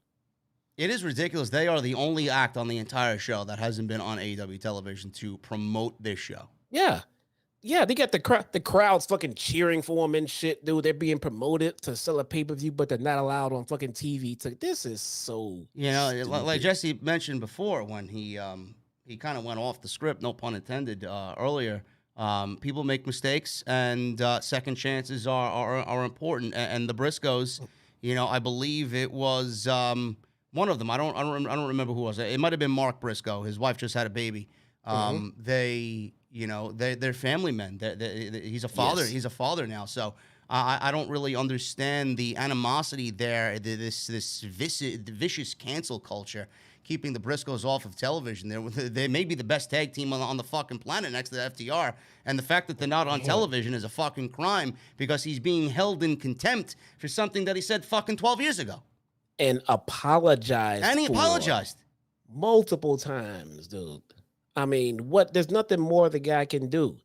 We see him on Twitter now. We see him on the indies now. Like he just said, he's a family man. He just had a kid, born prematurely, going strong and doing okay. The guys, let these guys fucking work, man. They work their whole careers in this business to make it to the point where they should be on national television, and they should be here on national. They've earned that right. They worked their asses off in the fucking indies, man. I don't know the noise they're gonna make on Saturday night. I don't know how you keep these fucking guys off television. I swear to God, it's ridiculous. And yes, Dax did say, "I'm going to fight like an 8-year-old girl, and I'm going to beat your ass." It was a beautiful line. You know, people, you know, the fucking haters are gonna clip that out of context. I'm sure it will be clipped out of context. But you know, obviously he was talking about the fight that his daughter went through, and he put himself in her shoes, and that's exactly the type of fight he's gonna bring to the Briscoes on Saturday. And I thought it was a beautiful line. I thought it was a great segment. So I can't wait to see what happens between those two teams. It's going to sell the entire pay-per-view in itself. It is. You know, look, people do things that they shouldn't be doing outside of the ring, and sometimes it can come back and bite you in the ass. I get it. You know, hence, i.e., Tessa Blanchard. Yep. She said some fucked up shit. She did some fucked up shit. And she did not apologize. She did not apologize, bro. All you got to do is sincerely apologize, kiss the ass you got to kiss, make amends where you need to make amends, and just do it the right way, make it meaningful, and just wait your time out, and you'll be brought back, dude. Yeah. That's the way it should be. And the Briscoes had did that. You know, they made the mistake. They apologized for it. Time has gone on. They have not repeated it. They've won the hearts of fans in pro wrestling, and now just some execs somewhere who probably are not even fucking wrestling fans are holding them back from making much more money and becoming bigger stars because of something that happened a decade ago. Yeah, it's fucking stupid. It's ridiculous. Lexi Nair interviewed Jay Lethal, Sanjay Dutt, Satnam Singh backstage, talking about Samoa Joe versus Jay Lethal at the pay-per-view. Jay Lethal is going to be a busy man in the next couple of weeks. He's also in that Ric Flair main event, teaming with Jeff Jarrett against Flair and Andrade El Idolo. So I may be buying that because it looks very, very interesting. I may actually just buy the pay-per-view for fucking Jacob Fatu versus Josh Alexander, just for that match itself. That should be a tremendous match. You want to see a Ric Flair match, man? It's gonna be newsworthy, bro. It's gonna be newsworthy. So his last match was newsworthy. Yes. So Lethal, he was talking about Samoa Joe, and Lexi brought up what Christopher Daniels recently just said. Dutt interrupted. Lethal said it's a shame they have to wait till Saturday to win the Ring of Honor TV title. He complained Joe wasn't there. Daniels interrupted and said, if he's anxious to get in the ring, face him on Rampage Friday. Lethal says he's on and complained about him interrupting his TV time. Jade Cargill, Kiera Hogan, and Stokely Hathaway walked to the ring. They were joined by Jermaine Dupri, the other JD.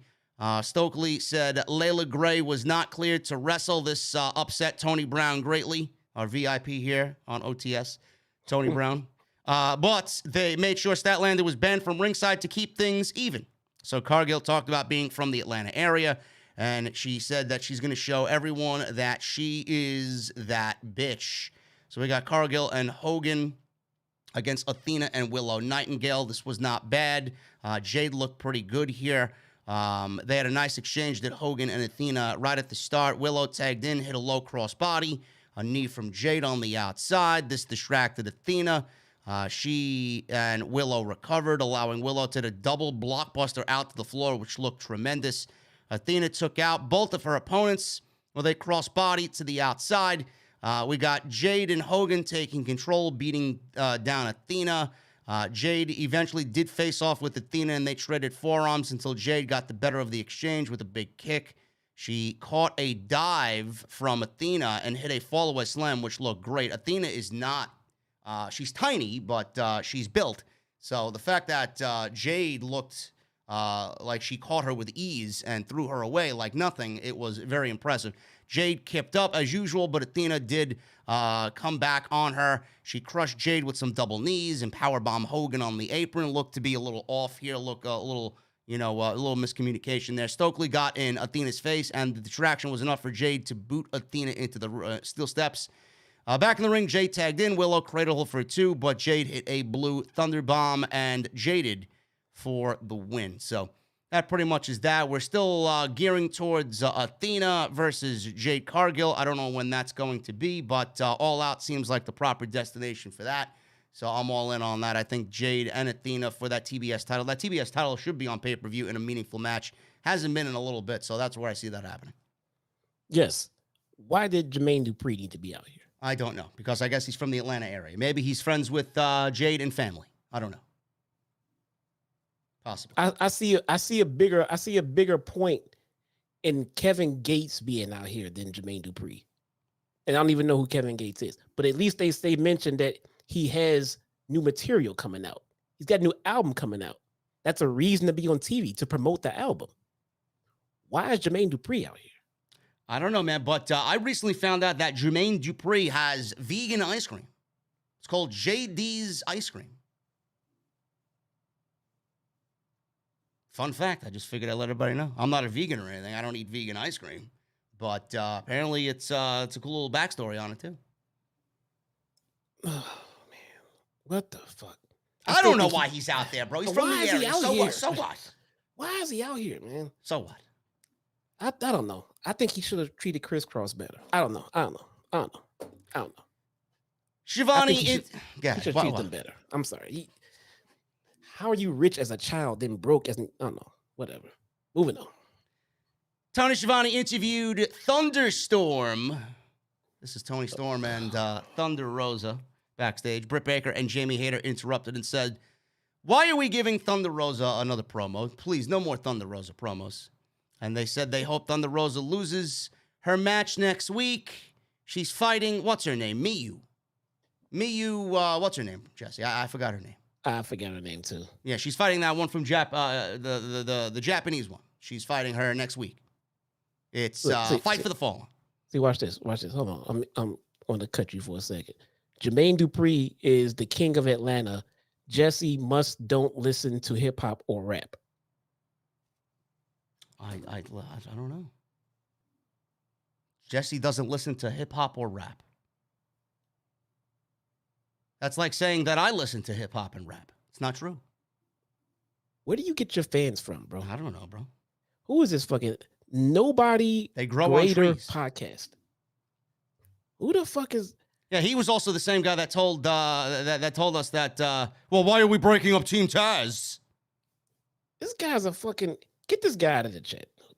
No, leave him alone. He hasn't said anything demeaning towards us. Leave him alone. Well, what's her name? Miyu Yamashita. This fucking guy. Jermaine Dupri, first off, no. He is not the fucking king of Atlanta.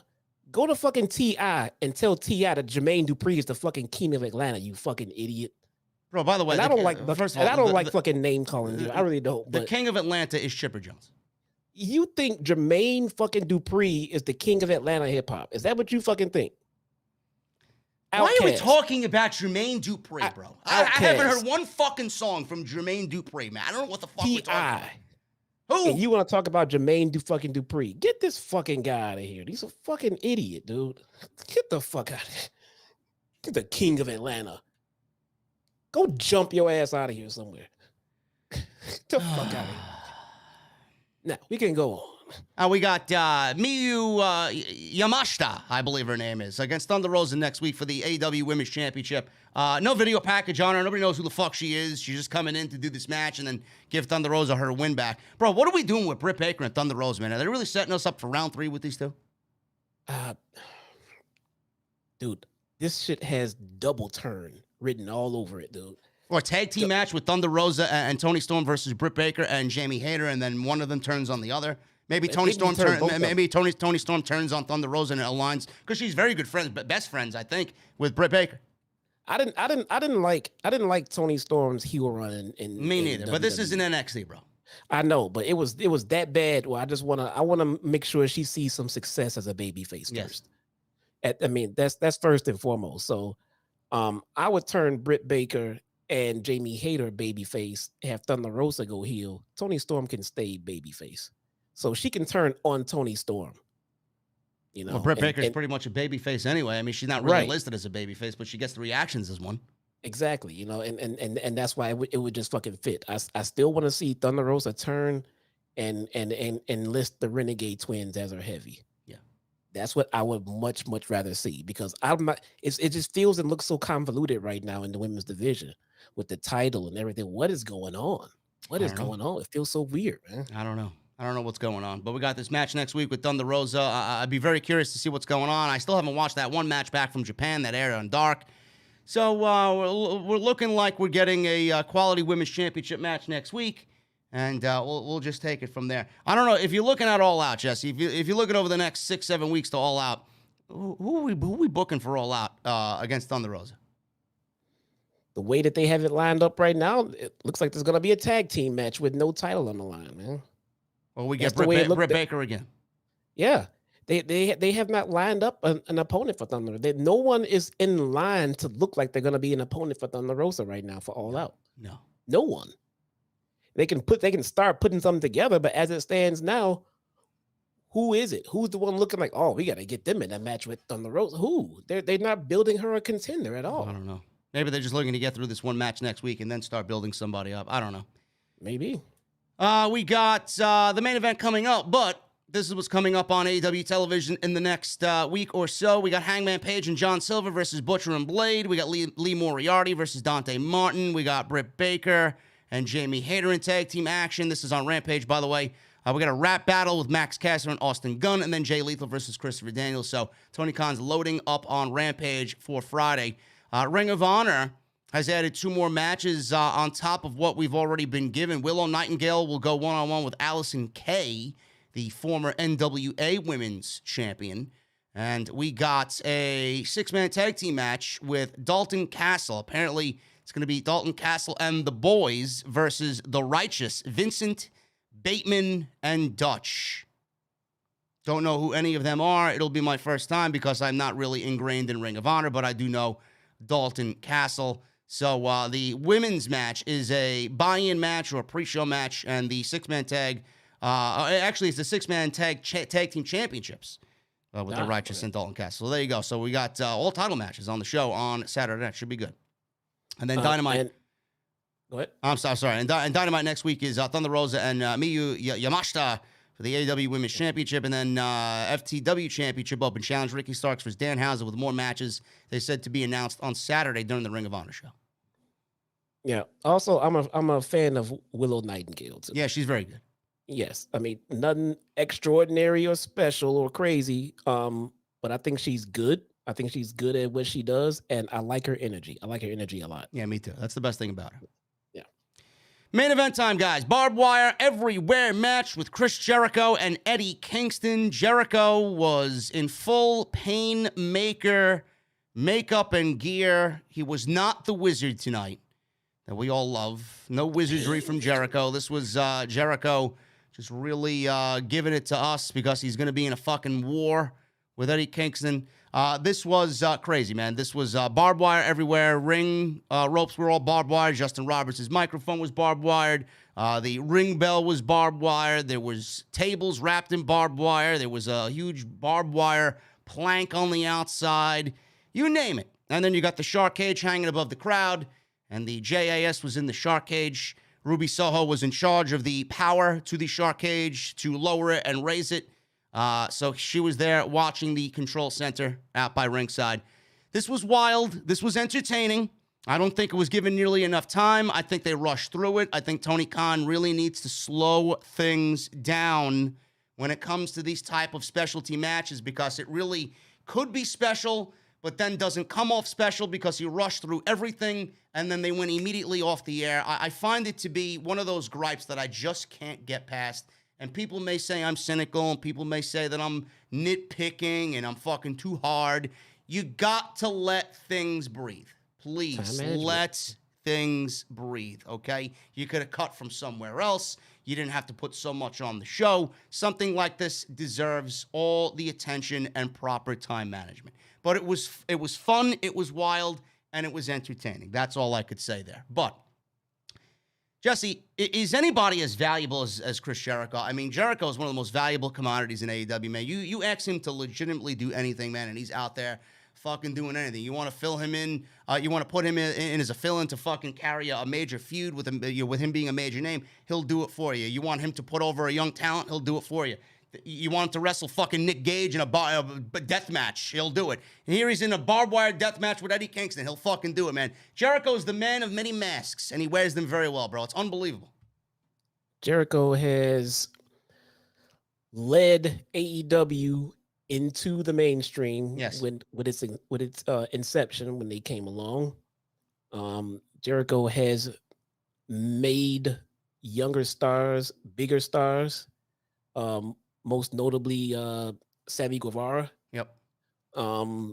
Jericho has headlined Dynamites. He's headlined pay-per-views, and he's taken a lot of criticism for and body shaming for his look. And then he went above and beyond. He said, "Fuck you guys, I do what the fuck I want." Then he said, "Okay, then I'm gonna go get in shape." He fucking got in shape, came back out. He's having fucking Jericho. I mean, there's nothing left to say about this fucking guy, dude. You know, I may get some flack for what I'm about to say here, but honestly, you know, we all know the impact CM Punk has had on AEW, and it's tremendous. It was the greatest signing that Tony Khan has ever gone out there and gave us as far as AEW is concerned. But if you're talking about most valuable to the company, I'm putting Jericho above CM Punk. I think Jericho is the reason why AEW is where AEW is right now, and it's because of Chris Jericho from what he did from its inception, and even up until the current day, he continues to carry the company on his back and be asked to do whatever he can, and he does it just tremendously, you know? Yeah. Look at the picture he just tweeted out like 50 seconds ago. He's like a fucking madman right now, Jericho. And I would agree with you on that one, only because Jericho has been here from day one. Yeah. Jericho, put it like this: for anybody who would respectfully debate that take with you about him being more important than Punk. Punk is here in AEW because of the leap that guys like Jericho has taken to come over. Yes. He is the and Punk has said himself. He talked to friends who had been here from day one and everything else, and he sees how they're being treated and everything. People like Jericho, who publicly said he would never work for an American promotion other than WWE, came over here from day one, spearheaded it, put it on his back, ran with it, and people like Punk saw that and came over. So if it wasn't for Jericho and his work over here, we might not be seeing a Punk right now. No, I absolutely agree with you. I mean, it doesn't even stop there. What Jericho has done and the influence Jericho has had on AEW is the reason why Jon Moxley is here, is the reason why Bryan Danielson is here, is the reason why Adam Cole is here, is the reason why Keith Lee and Swerve are here, and everybody else that you want to name is here. Jericho and the stability he gave to a lot of people who were contemplating, should I jump to this brand new upstart promotion or should I stay and be complacent and make my money and get booked into a fucking oblivion on WWE television? He's the reason why all of them made the jump. And Jericho, to me, is the most valuable commodity that AEW has right now. And that I don't mean that in any disrespectful, snide way towards CM Punk, because CM Punk is still the greatest moment of probably the last 30 years coming back to pro wrestling. But, I mean, it's just his... I don't think... He's invaluable to the company. You can't put a price on it. I don't think anyone on the planet, I'm trying to think about this as I say it, I don't think anyone on the planet has experienced being a superstar on WCW, WWE, and AEW. ECW, New Japan. ECW, New Japan. He's done it all, man. He's done it all. I mean, you cannot criticize what the legacy this man has left in this business. No, not at all. This match was fun. Kingston Kingston got barbed wire out. Actually, he grabbed Justin Roberts' microphone, which had barbed wire on it, and started bashing it into Jericho's head, which caused Jericho to be busted open before the bell even rang. So Jericho got the ring bell, which was wrapped in barbed wire, attacked Kingston with it. Kingston tossed Jericho into more barbed wire ropes and whacked him with a barbed wire chair. Jericho then took advantage here, and he remained in control by throwing Kingston onto a barbed wire table. So we got Jericho then locking Kingston into the walls of Jericho on the barbed wire. Kingston whipped Jericho into the barbed wire himself and crotched him over the ropes. He then superplexed him through a barbed wire table out to ringside. All of a sudden, we see Tay Conti run out and attack Ruby Soho at ringside. And then Anna Jay ran out, pulled Tay off of her before turning on Ruby herself and sending her into the ring post, taking her out of the match. And Anna Jay took control of the shark cage controls. So Jay grabbed the controls, lowered the shark cage. It looked like Tay was fumbling with the key to open the lock. Some of these guys, Jesse, were fucking slipping through the goddamn bars on the cage. One of them went through the fucking little peephole of the cage, slipping through. Looked like Tay was fumbling with the keys, couldn't open the lock. But that was smart. That was so smart, because as the camera was sitting there watching her fumble with the fucking keys, people would be sitting there looking like, why don't you just squeeze through the fucking bars? They couldn't do it earlier. The fucking cage was suspended. Yeah. Now it's on the ground, and they're waiting for the thing to open, and they're just like, fuck this, I'm getting out of here. And they just fucking improvising. I think at one point she handed the keys to Daniel Garcia to have him do it. Yeah, like, she's like, hold these, like, hold this, and she was trying. And they took the camera off of them, like, stop watching them. They're having trouble with they did a good job on, because I saw she was fumbling with the keys, and they panned away from her. Thank God. Yes. And they shot Anna Jay, who was like laughing at ringside about what she did to Ruby Soho. So that was a good job there. So I'm glad that they shot away from her, because that would have been embarrassing. Yes, and shout out to the guys who just said fuck this and went through the bars. Yeah. Because otherwise, on the replays, I've been looking like, couldn't they get through those fucking bars? And like, that they did. I mean, I don't know what that means if you actually fucking put that thing in a goddamn shark-infested ocean. But well, sharks are not that fucking skinny, man. Well, still, you don't want fucking sharks coming into the realm of you being in the cage. That shit's gotta be fucking, Yeah. Don't get me in the ocean. That's all I gotta say. So Tay Conti's out there. She blasted Ruby. Anna Jay ran out. She got control of this thing. The shark cage lowered. The JAS ran out and beat down Kingston. Moxley, Ortiz, Claudio ran out. All the Blackpool Combat Club ran out. Kingston hit an explosive suplex through barbed wire tables for a near fall. Jericho hit a code breaker for 2, but took a barbed wire chair to the face in the process during this spot. Looked like he got cut open even more so on his nose. I thought he may have gotten blinded. Thank God. He whacked Kingston repeatedly with the barbed wire chair, went for a lion salt, but Jericho was on the bad end of a chair to the face here. Eddie Kingston took the chair and threw it in Jericho's face as he came down with the lion salt. Kingston hit the back fist for a near fall. He pulled out the barbed wire from underneath the ring and locked on a barbed wire assisted stretch plum. The crowd thought it was over. All of a sudden, Sammy Guevara comes out, super kicks Kingston. Jericho then hit the Judas effect with his arm wrapped in the barbed wire for the win. After the match, Jericho and Guevara wanted more of an attack, but Kingston fought them off and threw Jericho into a barbed wire spider web at the end of the show that was laid out on the outside. And that was the way the show went off the air. The Jericho-Guevara portion of this match looked like it was a little bit of a miscommunication on all three guys. It looked like they fumbled around, didn't know what they needed to do or where they had to go. But the show ended with Eddie Kingston and him laughing with Jericho wrapped in barbed wire on the outside on this big barbed wire board or plank that was covered in barbed wire, and that's the way the show went off the air. I thought it was entertaining, Jesse. It wasn't perfect by any stretch of the imagination. They rushed the fuck out of it. It felt really rushed at the end, but listen, man, we all had a good time, and it was. Listen, it's a barbed wire death match on free TV. What more do you want? You can't get perfection, man. No. And especially for, like you just said, it's free TV, Yeah. I mean, I get it. It just feels like a feud like this and a match of this caliber, it's just made for a pay-per-view. Yeah. Like I don't want to have to try to sit and squint and try to find out what's going on in a barbed wire death match as you show me fucking Massengill commercials or something. You know what I'm saying? So I mean, I would love to have seen it in the pay-per-view. We can't have everything that we want. I get it. For what it was, I enjoyed the match. They did a lot in a short amount of time. There's a lot to unpack, but they worked their asses off, though. Yes, they did. That they did.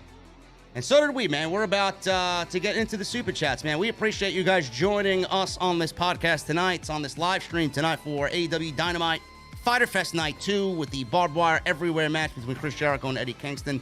If you guys enjoy the topics of discussion tonight and the friendly banter, make sure you guys hit that thumbs up, man. We got 900 likes even. I need 1,000 minimum. 1,000 minimum. Cable isn't free TV. You know what I mean. Stop being a smartass. Unbelievable. Fucking people always got something to say. Hit that thumbs up, guys. Make sure you guys hit that thumbs up. Helps me out tremendously. Gets the video and the podcast in the recommended section on YouTube. We got 10 new members tonight, man. You love to see it. You love to see it. Thank you guys very much. We got a lot coming for you VIPs in the next couple of weeks. So make sure you guys sign up if you guys want to be a part of all that stuff coming up. Also, follow me on social media. Follow Jesse on social media. You guys see our ats on the screen there. I'm JD from NY206 on Twitter, Instagram, TikTok, and also a proud Cameo partner at Chi-Town Smart. You can follow Jesse on social media. And go check out all the other videos that you might have missed on the channel, man. We got a lot coming up. And I want to shout out my sponsor for today's show, man, Monk Pack. This episode today is proudly sponsored by Monk Pack. Monk Pack offers low-sugar, keto-friendly bars, which are plant-based, gluten-free, non-GMO. They are the perfect snack for anyone who is trying to eat better or cut back on sugar and carbs without sacrificing the taste. Make sure you guys go and hit them up, man. So I have been absolutely in love with Monk Pack. It is so good, man. It is so good. My favorite flavor right now is the sea salt dark chocolate. I love me some dark chocolate, man. Also, my favorite also is the coconut cocoa chip. Absolutely great. They're perfect for a quick breakfast, snack in between video calls, or just as a guilt-free whatever. So make sure you guys go check them out at monkpack.com, man. These bars are not just for people doing keto. They're the perfect snack for anybody looking to reduce their sugar intake while also enjoying great taste. 20% off your first purchase at monkpack.com. Use code SCRIPTS at checkout. Or you guys can simply click the link in the comment section in the live stream chat that I posted for you. It's pinned there in the chat. And you'll get 20% off. And they're so confident in their product that it's backed by a 100% happiness guarantee. So if you don't like it for any reason, they will exchange the product or refund your money, whichever you prefer. Monkpack.com. Code SCRIPTS at checkout. We got 813 Car Guy, man. Shout out to 813 Car Guy with the 50 bombs all night. Thank you, brother. We're going to start off, though, with Tony Brown. $4.99 super chat. There was plenty of meat on NXT, guys. I didn't watch NXT, Tony Brown. I was out drinking old-fashioned. But I believe you, though. I was busy watching my grass grow. Which I'm sure is more entertaining than fucking NXT. Much more. Much more. Joseph Taylor. Thank you for the $2 super chat, bro. Can I get a Kevin Dunn? What? Thank you, Joseph Taylor. Tony Brown with another $1.99 super chat. What the fuck happened to Layla, guys? Maybe she got hurt, Tony Brown. I don't know, but I know you're a big fan of Layla Gray, Tony Brown. Yeah, he's probably not happy about that one, man. No, he's not. Golden Boy with a $5 super chat. Hey, JD and Jesse, when Miro came out, he did have a darker lens or black eye on the one side, correct? Do you think he joins House of Black or starts a feud with them? We talked about that. We talked about that earlier, bro. Yeah, he probably wrote that before we covered it. Yeah. We got 813 Car Guy with his first $50 bomb of the night. Good show overall. The only weird part in the main event was the Sammy Jericho Eddie exchange. I agree, bro. I thought it was a little awkward there. Seemed weird. Eddie standing tall after losing a brutal match was weird, but that's just me being picky. I agree with you, man. I thought that little exchange between the three was kind of all over the place, man. It looked very clumsy. Jacob Smiling with a new membership. Jacob, thank you so much, brother. What are you drinking tonight? Thank you for becoming a VIP. 813 Car Guy with another $50 super chat. He says 1,000 likes minimum. You got to listen to 813 Car Guy, man. We are almost there. We need 50 or so likes for 1,000. JP 5150 with a 23-month membership. Oh my God, he's almost at the gold microphone status. JD, I feel it. The coveted golden microphone is so close. Cheers with a homemade, old-fashioned, hashtag dedicated, hashtag OTS loyal, hashtag support the truth. JP, thank you so much, brother. See what I did, man? I got you hooked on old fashions now because of your trip to Miami. Joseph Taylor for a $5 super chat. The match between Rey Fenix, Bandito, Laredo Kid, and Taurus at Ric Flair's last match next week is going to be insane. That's another one, man. That's another one. Yes, that is on the show. Should be a good show, man. Conrad's putting together a nice little card there, bro. The Podfather. Yeah. I don't listen to Conrad anymore. Me Not like I don't like him. Don't listen to him. Conrad's always been fine. I just the interest for me in the stuff that he does. It just ran its course. Like I listened to it for like about a year or so. But after a while, it's like okay, I just don't like it anymore now. Yeah. Yeah, I listened. I listened to him and Bruce do their thing before Bruce became an executive producer over at WWE. And then I did too. Because I can't. I did too. I stopped watching when he re-signed with the company because to me, that just kind of just invalidates his takes. He can't be biased anymore. I can't support anything Bruce Pritchard does. I'm sorry. No. Joseph Tell, thank you so much. Car Guy, 5-month membership. Thank you, man. All these super chats and a membership tonight. The commitment is fucking incredible. Number 1 in the IWC. Thank you, Car Guy. Also, with another $50 super chat. This one is for Ricky Starks. He says he's very entertaining. I'd love to see him challenge for the TNT title down the road. Yes, no Wardlow tonight. No Wardlow. Give him night off. Yeah. Coiled Phoenix 713 with a 12-month membership. Thank you, Coiled Phoenix. I love Miro, but when are we going to see his better half?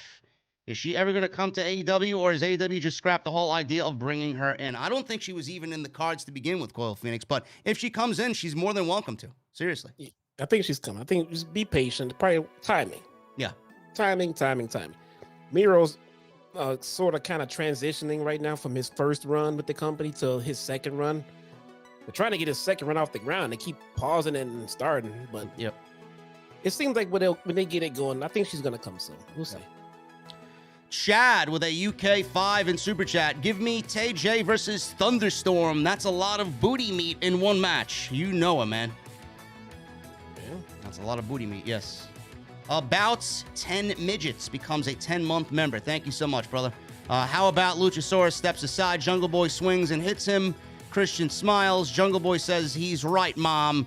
You raised a piece of shit. Can't turn it. No. Can't turn Jungle Boy. No, you can't turn him heel, bro. Hunting for Entertainment becomes a new member. Hunting, thank you so much, brother. What are you drinking? Also, Chelsea becomes a new member. Thank you, Chelsea.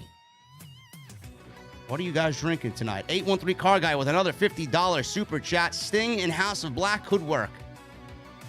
He'd be the father of the House of Black. Yeah. I don't see it, though. No. SS Phoenix Knight Forever 00 becomes a new member. Thank you so much, Phoenix Knights. Also, Robert Parker becomes a new member. Michelle McLashing becomes a new member. Thank you guys very much. And Michelle with a $4.99 super chat. Hey, boys. Happy to say I finally became a member tonight after being such a loyal fan for 5 years. Never miss a show. Michelle, thank you very, very much. What are you drinking tonight? Francis Loop with a $10 super chat. I did book an Anna Jay versus Tay Conti match a couple of months ago, but this does open the door for Dark Order versus JAS, especially the interaction between Anna Jay and the Dark Order over this Anna Jay turn. Yeah, I could see it. I could see Dark Order and JAS. Eventually, they're going to have to move on from the Blackpool Combat Club. They can't be doing this shit forever. Yeah, and it just would have been way more interesting if Anna Jay was still with Dark Order feuding against JAS with Tay Conti. Yeah. Money Senpai with a $1 super chat. Thank you, bro. Francis Loop with another $5 super chat. So now Ruby Soho needs a partner. Either someone new comes in that Ruby knows, or we just have Sky Blue team up with Ruby since they have teamed up before. Yeah, more women's tag teams, right? Yeah. It's coming, bro. I hope not. I hope they go the way of the NXT women's tag team titles in the trash. Michelle with a $1.99 super chat. Miss Dynamite tonight. Thank God you got my back. Always got your back, Michelle. Don't worry about it. Omega Kong with a $5 super chat. I'm going to say Jesse listens to old school real Chicago rap, psychodrama, Po Pimp, Twista, Crucial Conflict, and I bet Jesse does footwork to juke music. Who wrote this super chat? Omega Kong. Make this guy a VIP. Is he a VIP? I think so. My God, dude. Psychodrama, fucking drama award. Oh my God. Please. Oh, yes. Thank you. LJ with a $4.99 super chat. Love watching you guys each Wednesday on the reviews. Keep up the great work. Also, congratulations to Cody winning the ESPY like you called it, JD. Good. He deserves the ESPY. That was the best moment of the entire year so far for WWE. Yeah, it was. Sith Negan Daryl with a $250 super chat. Thank you so much, brother. Here's an OTS Sith Negan bomb. Got to keep supporting the measuring stick of success in the entire professional wrestling community. Number one, JD. You're great too, Jesse. Passion and hard work always pays off. Cheers, guys. Hashtag the enemy designed.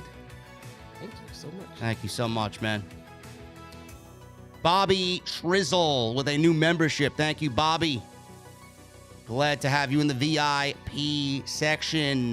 BDW Chop and Screw with a $5 super chat. Kevin Gates unknowingly got intimate with his cousin and kept going after he found out they were related. Look it up. He is a sick dude. It's quite the information there. You say so. I never heard of him. I never heard of him or that story. I can't argue it. I don't know. I don't know, man. I can't really say I agree with that, but fun fact, for any hip hop fans out there who knows who Twista is, I actually know Twista. Okay. I used to live down the street from him. He lived in the same subdivision a while back. He moved out from the west side and he moved out to literally my subdivision.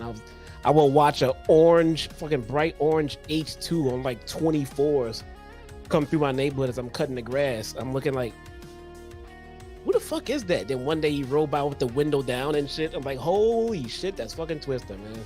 I was fucking neighbors with the guy. It's fucking awesome. We got TLG Kevin with a $1.99 super chat. Hit the like button. 1,000 likes minimum. You know it, man. We're about 30. We're 31 away. We got a new membership from Neolu17. Thank you so much, Neolu. And Tommy Brannigan with a 7-month membership. Thank you, Tommy. Awesome show, JD and Jesse. The last was insane, but they shouldn't have went off the air so abruptly. OTS for life. I absolutely agree, bro. If there was ever a time to get one of those coveted overruns that they love to get from time to time, we could have used one right here. Oh, yeah.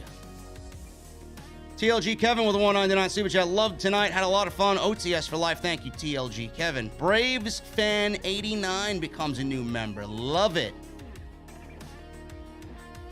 I gotta see if those All-Star Game hats are actually available, man. Those All-Star Game hats looked fucking great, or the jerseys look great with the black and gold trim. I didn't see. How was the game? I didn't catch I think it was AL won 3-2. No, how was the game though? I watched it in and out. It was typical All-Star game, nothing special. CSWS Lyrics with a $20 super chat. Hey Jesse, sorry for saying you don't listen to hip hop or rap. I'm just from the South, so I'm biased about Jay Dupree, but I remember you saying Hook should help Team Taz win the tag team titles, and I agreed. My bad for sharing my opinion. Bro, it's not.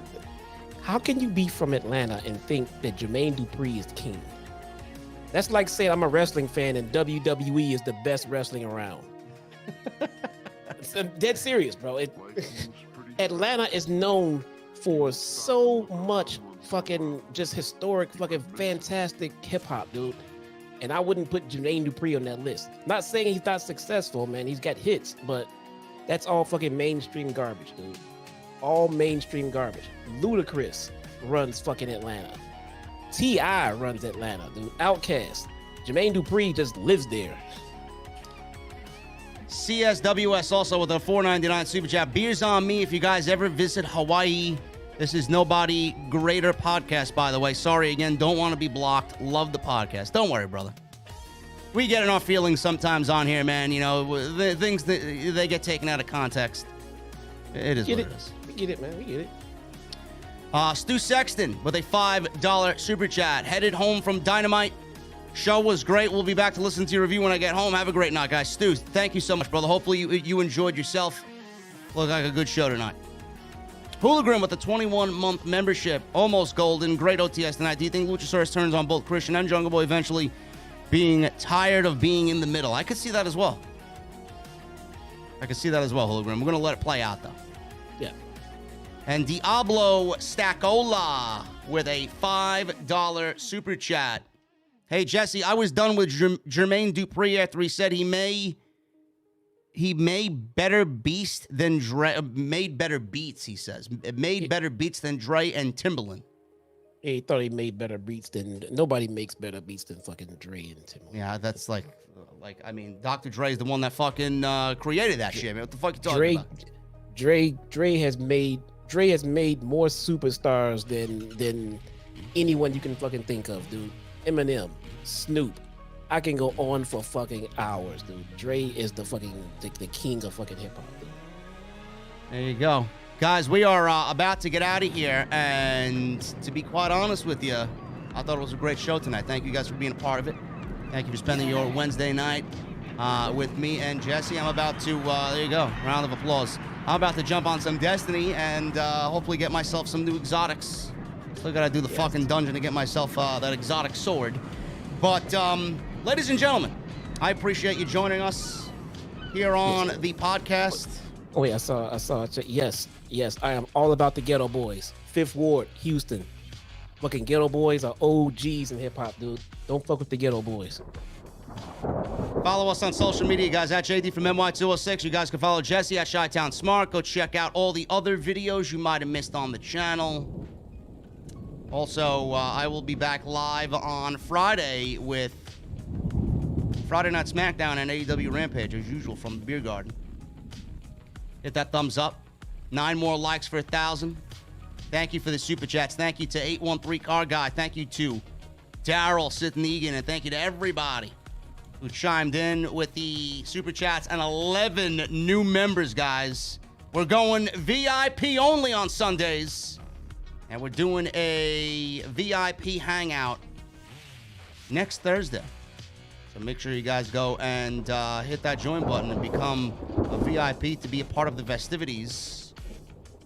And go check out Monk Pack, monkpack.com, guys. The more you click that link in the live stream chat, the better off I will be. Monkpack.com, code script, just code script at checkout to save 20% off. So go check them out. Guys, I need 2 things from you. Number 1, I need those guitar emojis in the chat. My VIPs, I got 11 new ones tonight. I need those Mustang emojis in the chat. And secondly, I need that music on max. Guys, I'll see you back live on Friday from the Beer Garden right here on OTS. I will see you guys later.